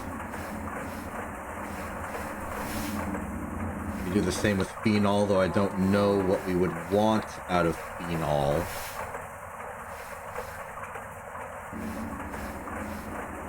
Let's check. Well, we distill it, we get molten bisphenol A, molten epoxoid,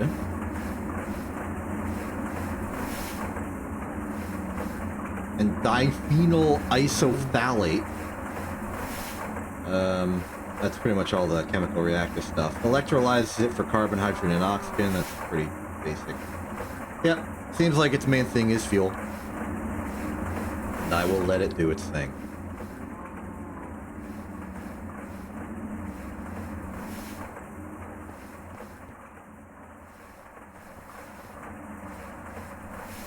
Ooh, do I need to care about this? Maybe. Maybe. If the corner matters, the answer is maybe.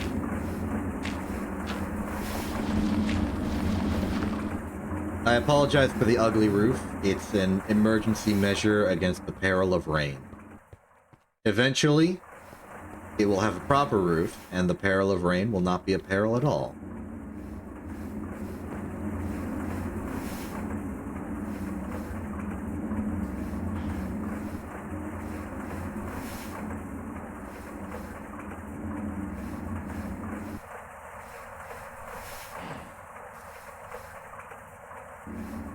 I know we've been keeping the factory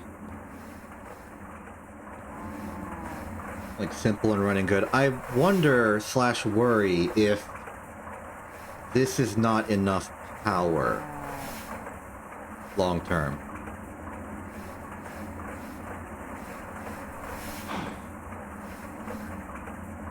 I remember when we first got the pyrolysis oven, we very specifically measured out how many MV amps we could do with it, or something to that degree. And it wasn't very high. The fact that we're generally gaining fuel, or at least leveling out on fuel, is mostly because we don't do a lot. The factory is not perpetually churning out power.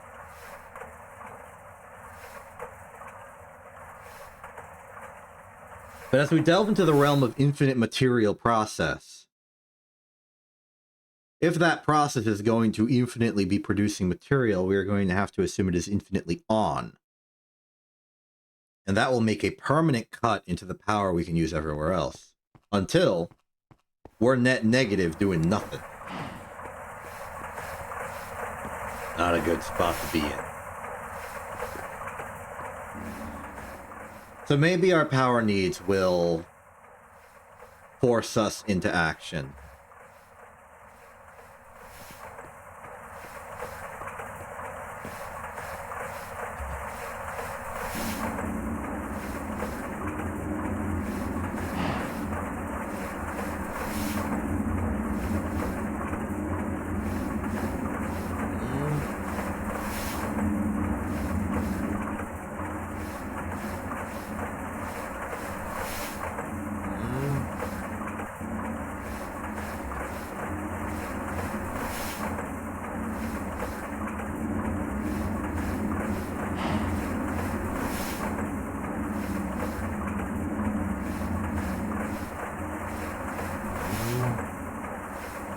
We might want to...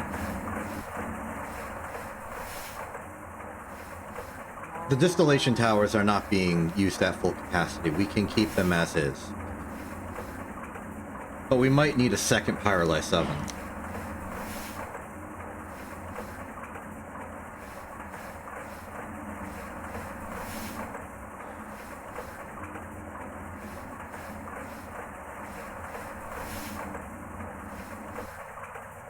I don't have room for it. Maybe we put it below, physically?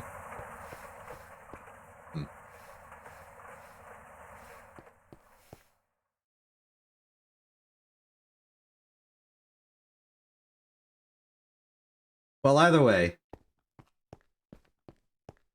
a good split of the factory is functioning. It's real. We can use it. We are using it. It's being used.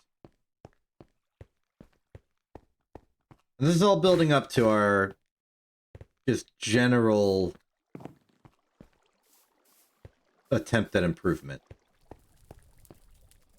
Next up, we should probably move some of the other simple isolated machine clusters. Finish out the PVC line with its output of pipes and foil. And also just general stored liquid. I believe we can make leather out of the stuff. Might be cool. We'll eventually need to move the big circuit board maker.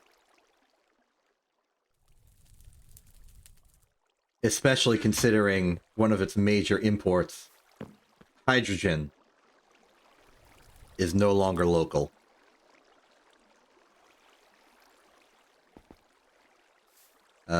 We'll also need to find a way to get infinite sulfur. That's not a problem. We need to make the machine that gives us that sulfur. The answer is actually very simple. We have blaze rods. Macerate them in the blaze powder. Sometimes we just get blaze powder directly. But then, from that, just a matter of centrifuging out dark ash and sulfur. Get that sulfur, put it into this section, make sulfuric acid. We could even separate the sulfuric acid requirement from the rest of this factory. Make sulfuric acid its own stored material. That might be good for us.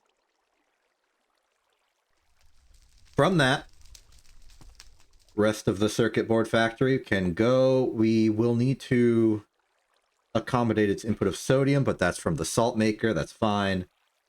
There's the copper, which is a thing, and then there's the PVC sheets. So yeah, there are ways to make this more automatic from straight input to straight output. That can be done. We need to watch our power supply in the future, but overall, things are looking quite good. The factory grows, and soon, one day, it will probably fill out this entire area we've made for it, and we will add walls. Not necessarily in that order. I'm Exception. This is InTV. Have a good day, and good night.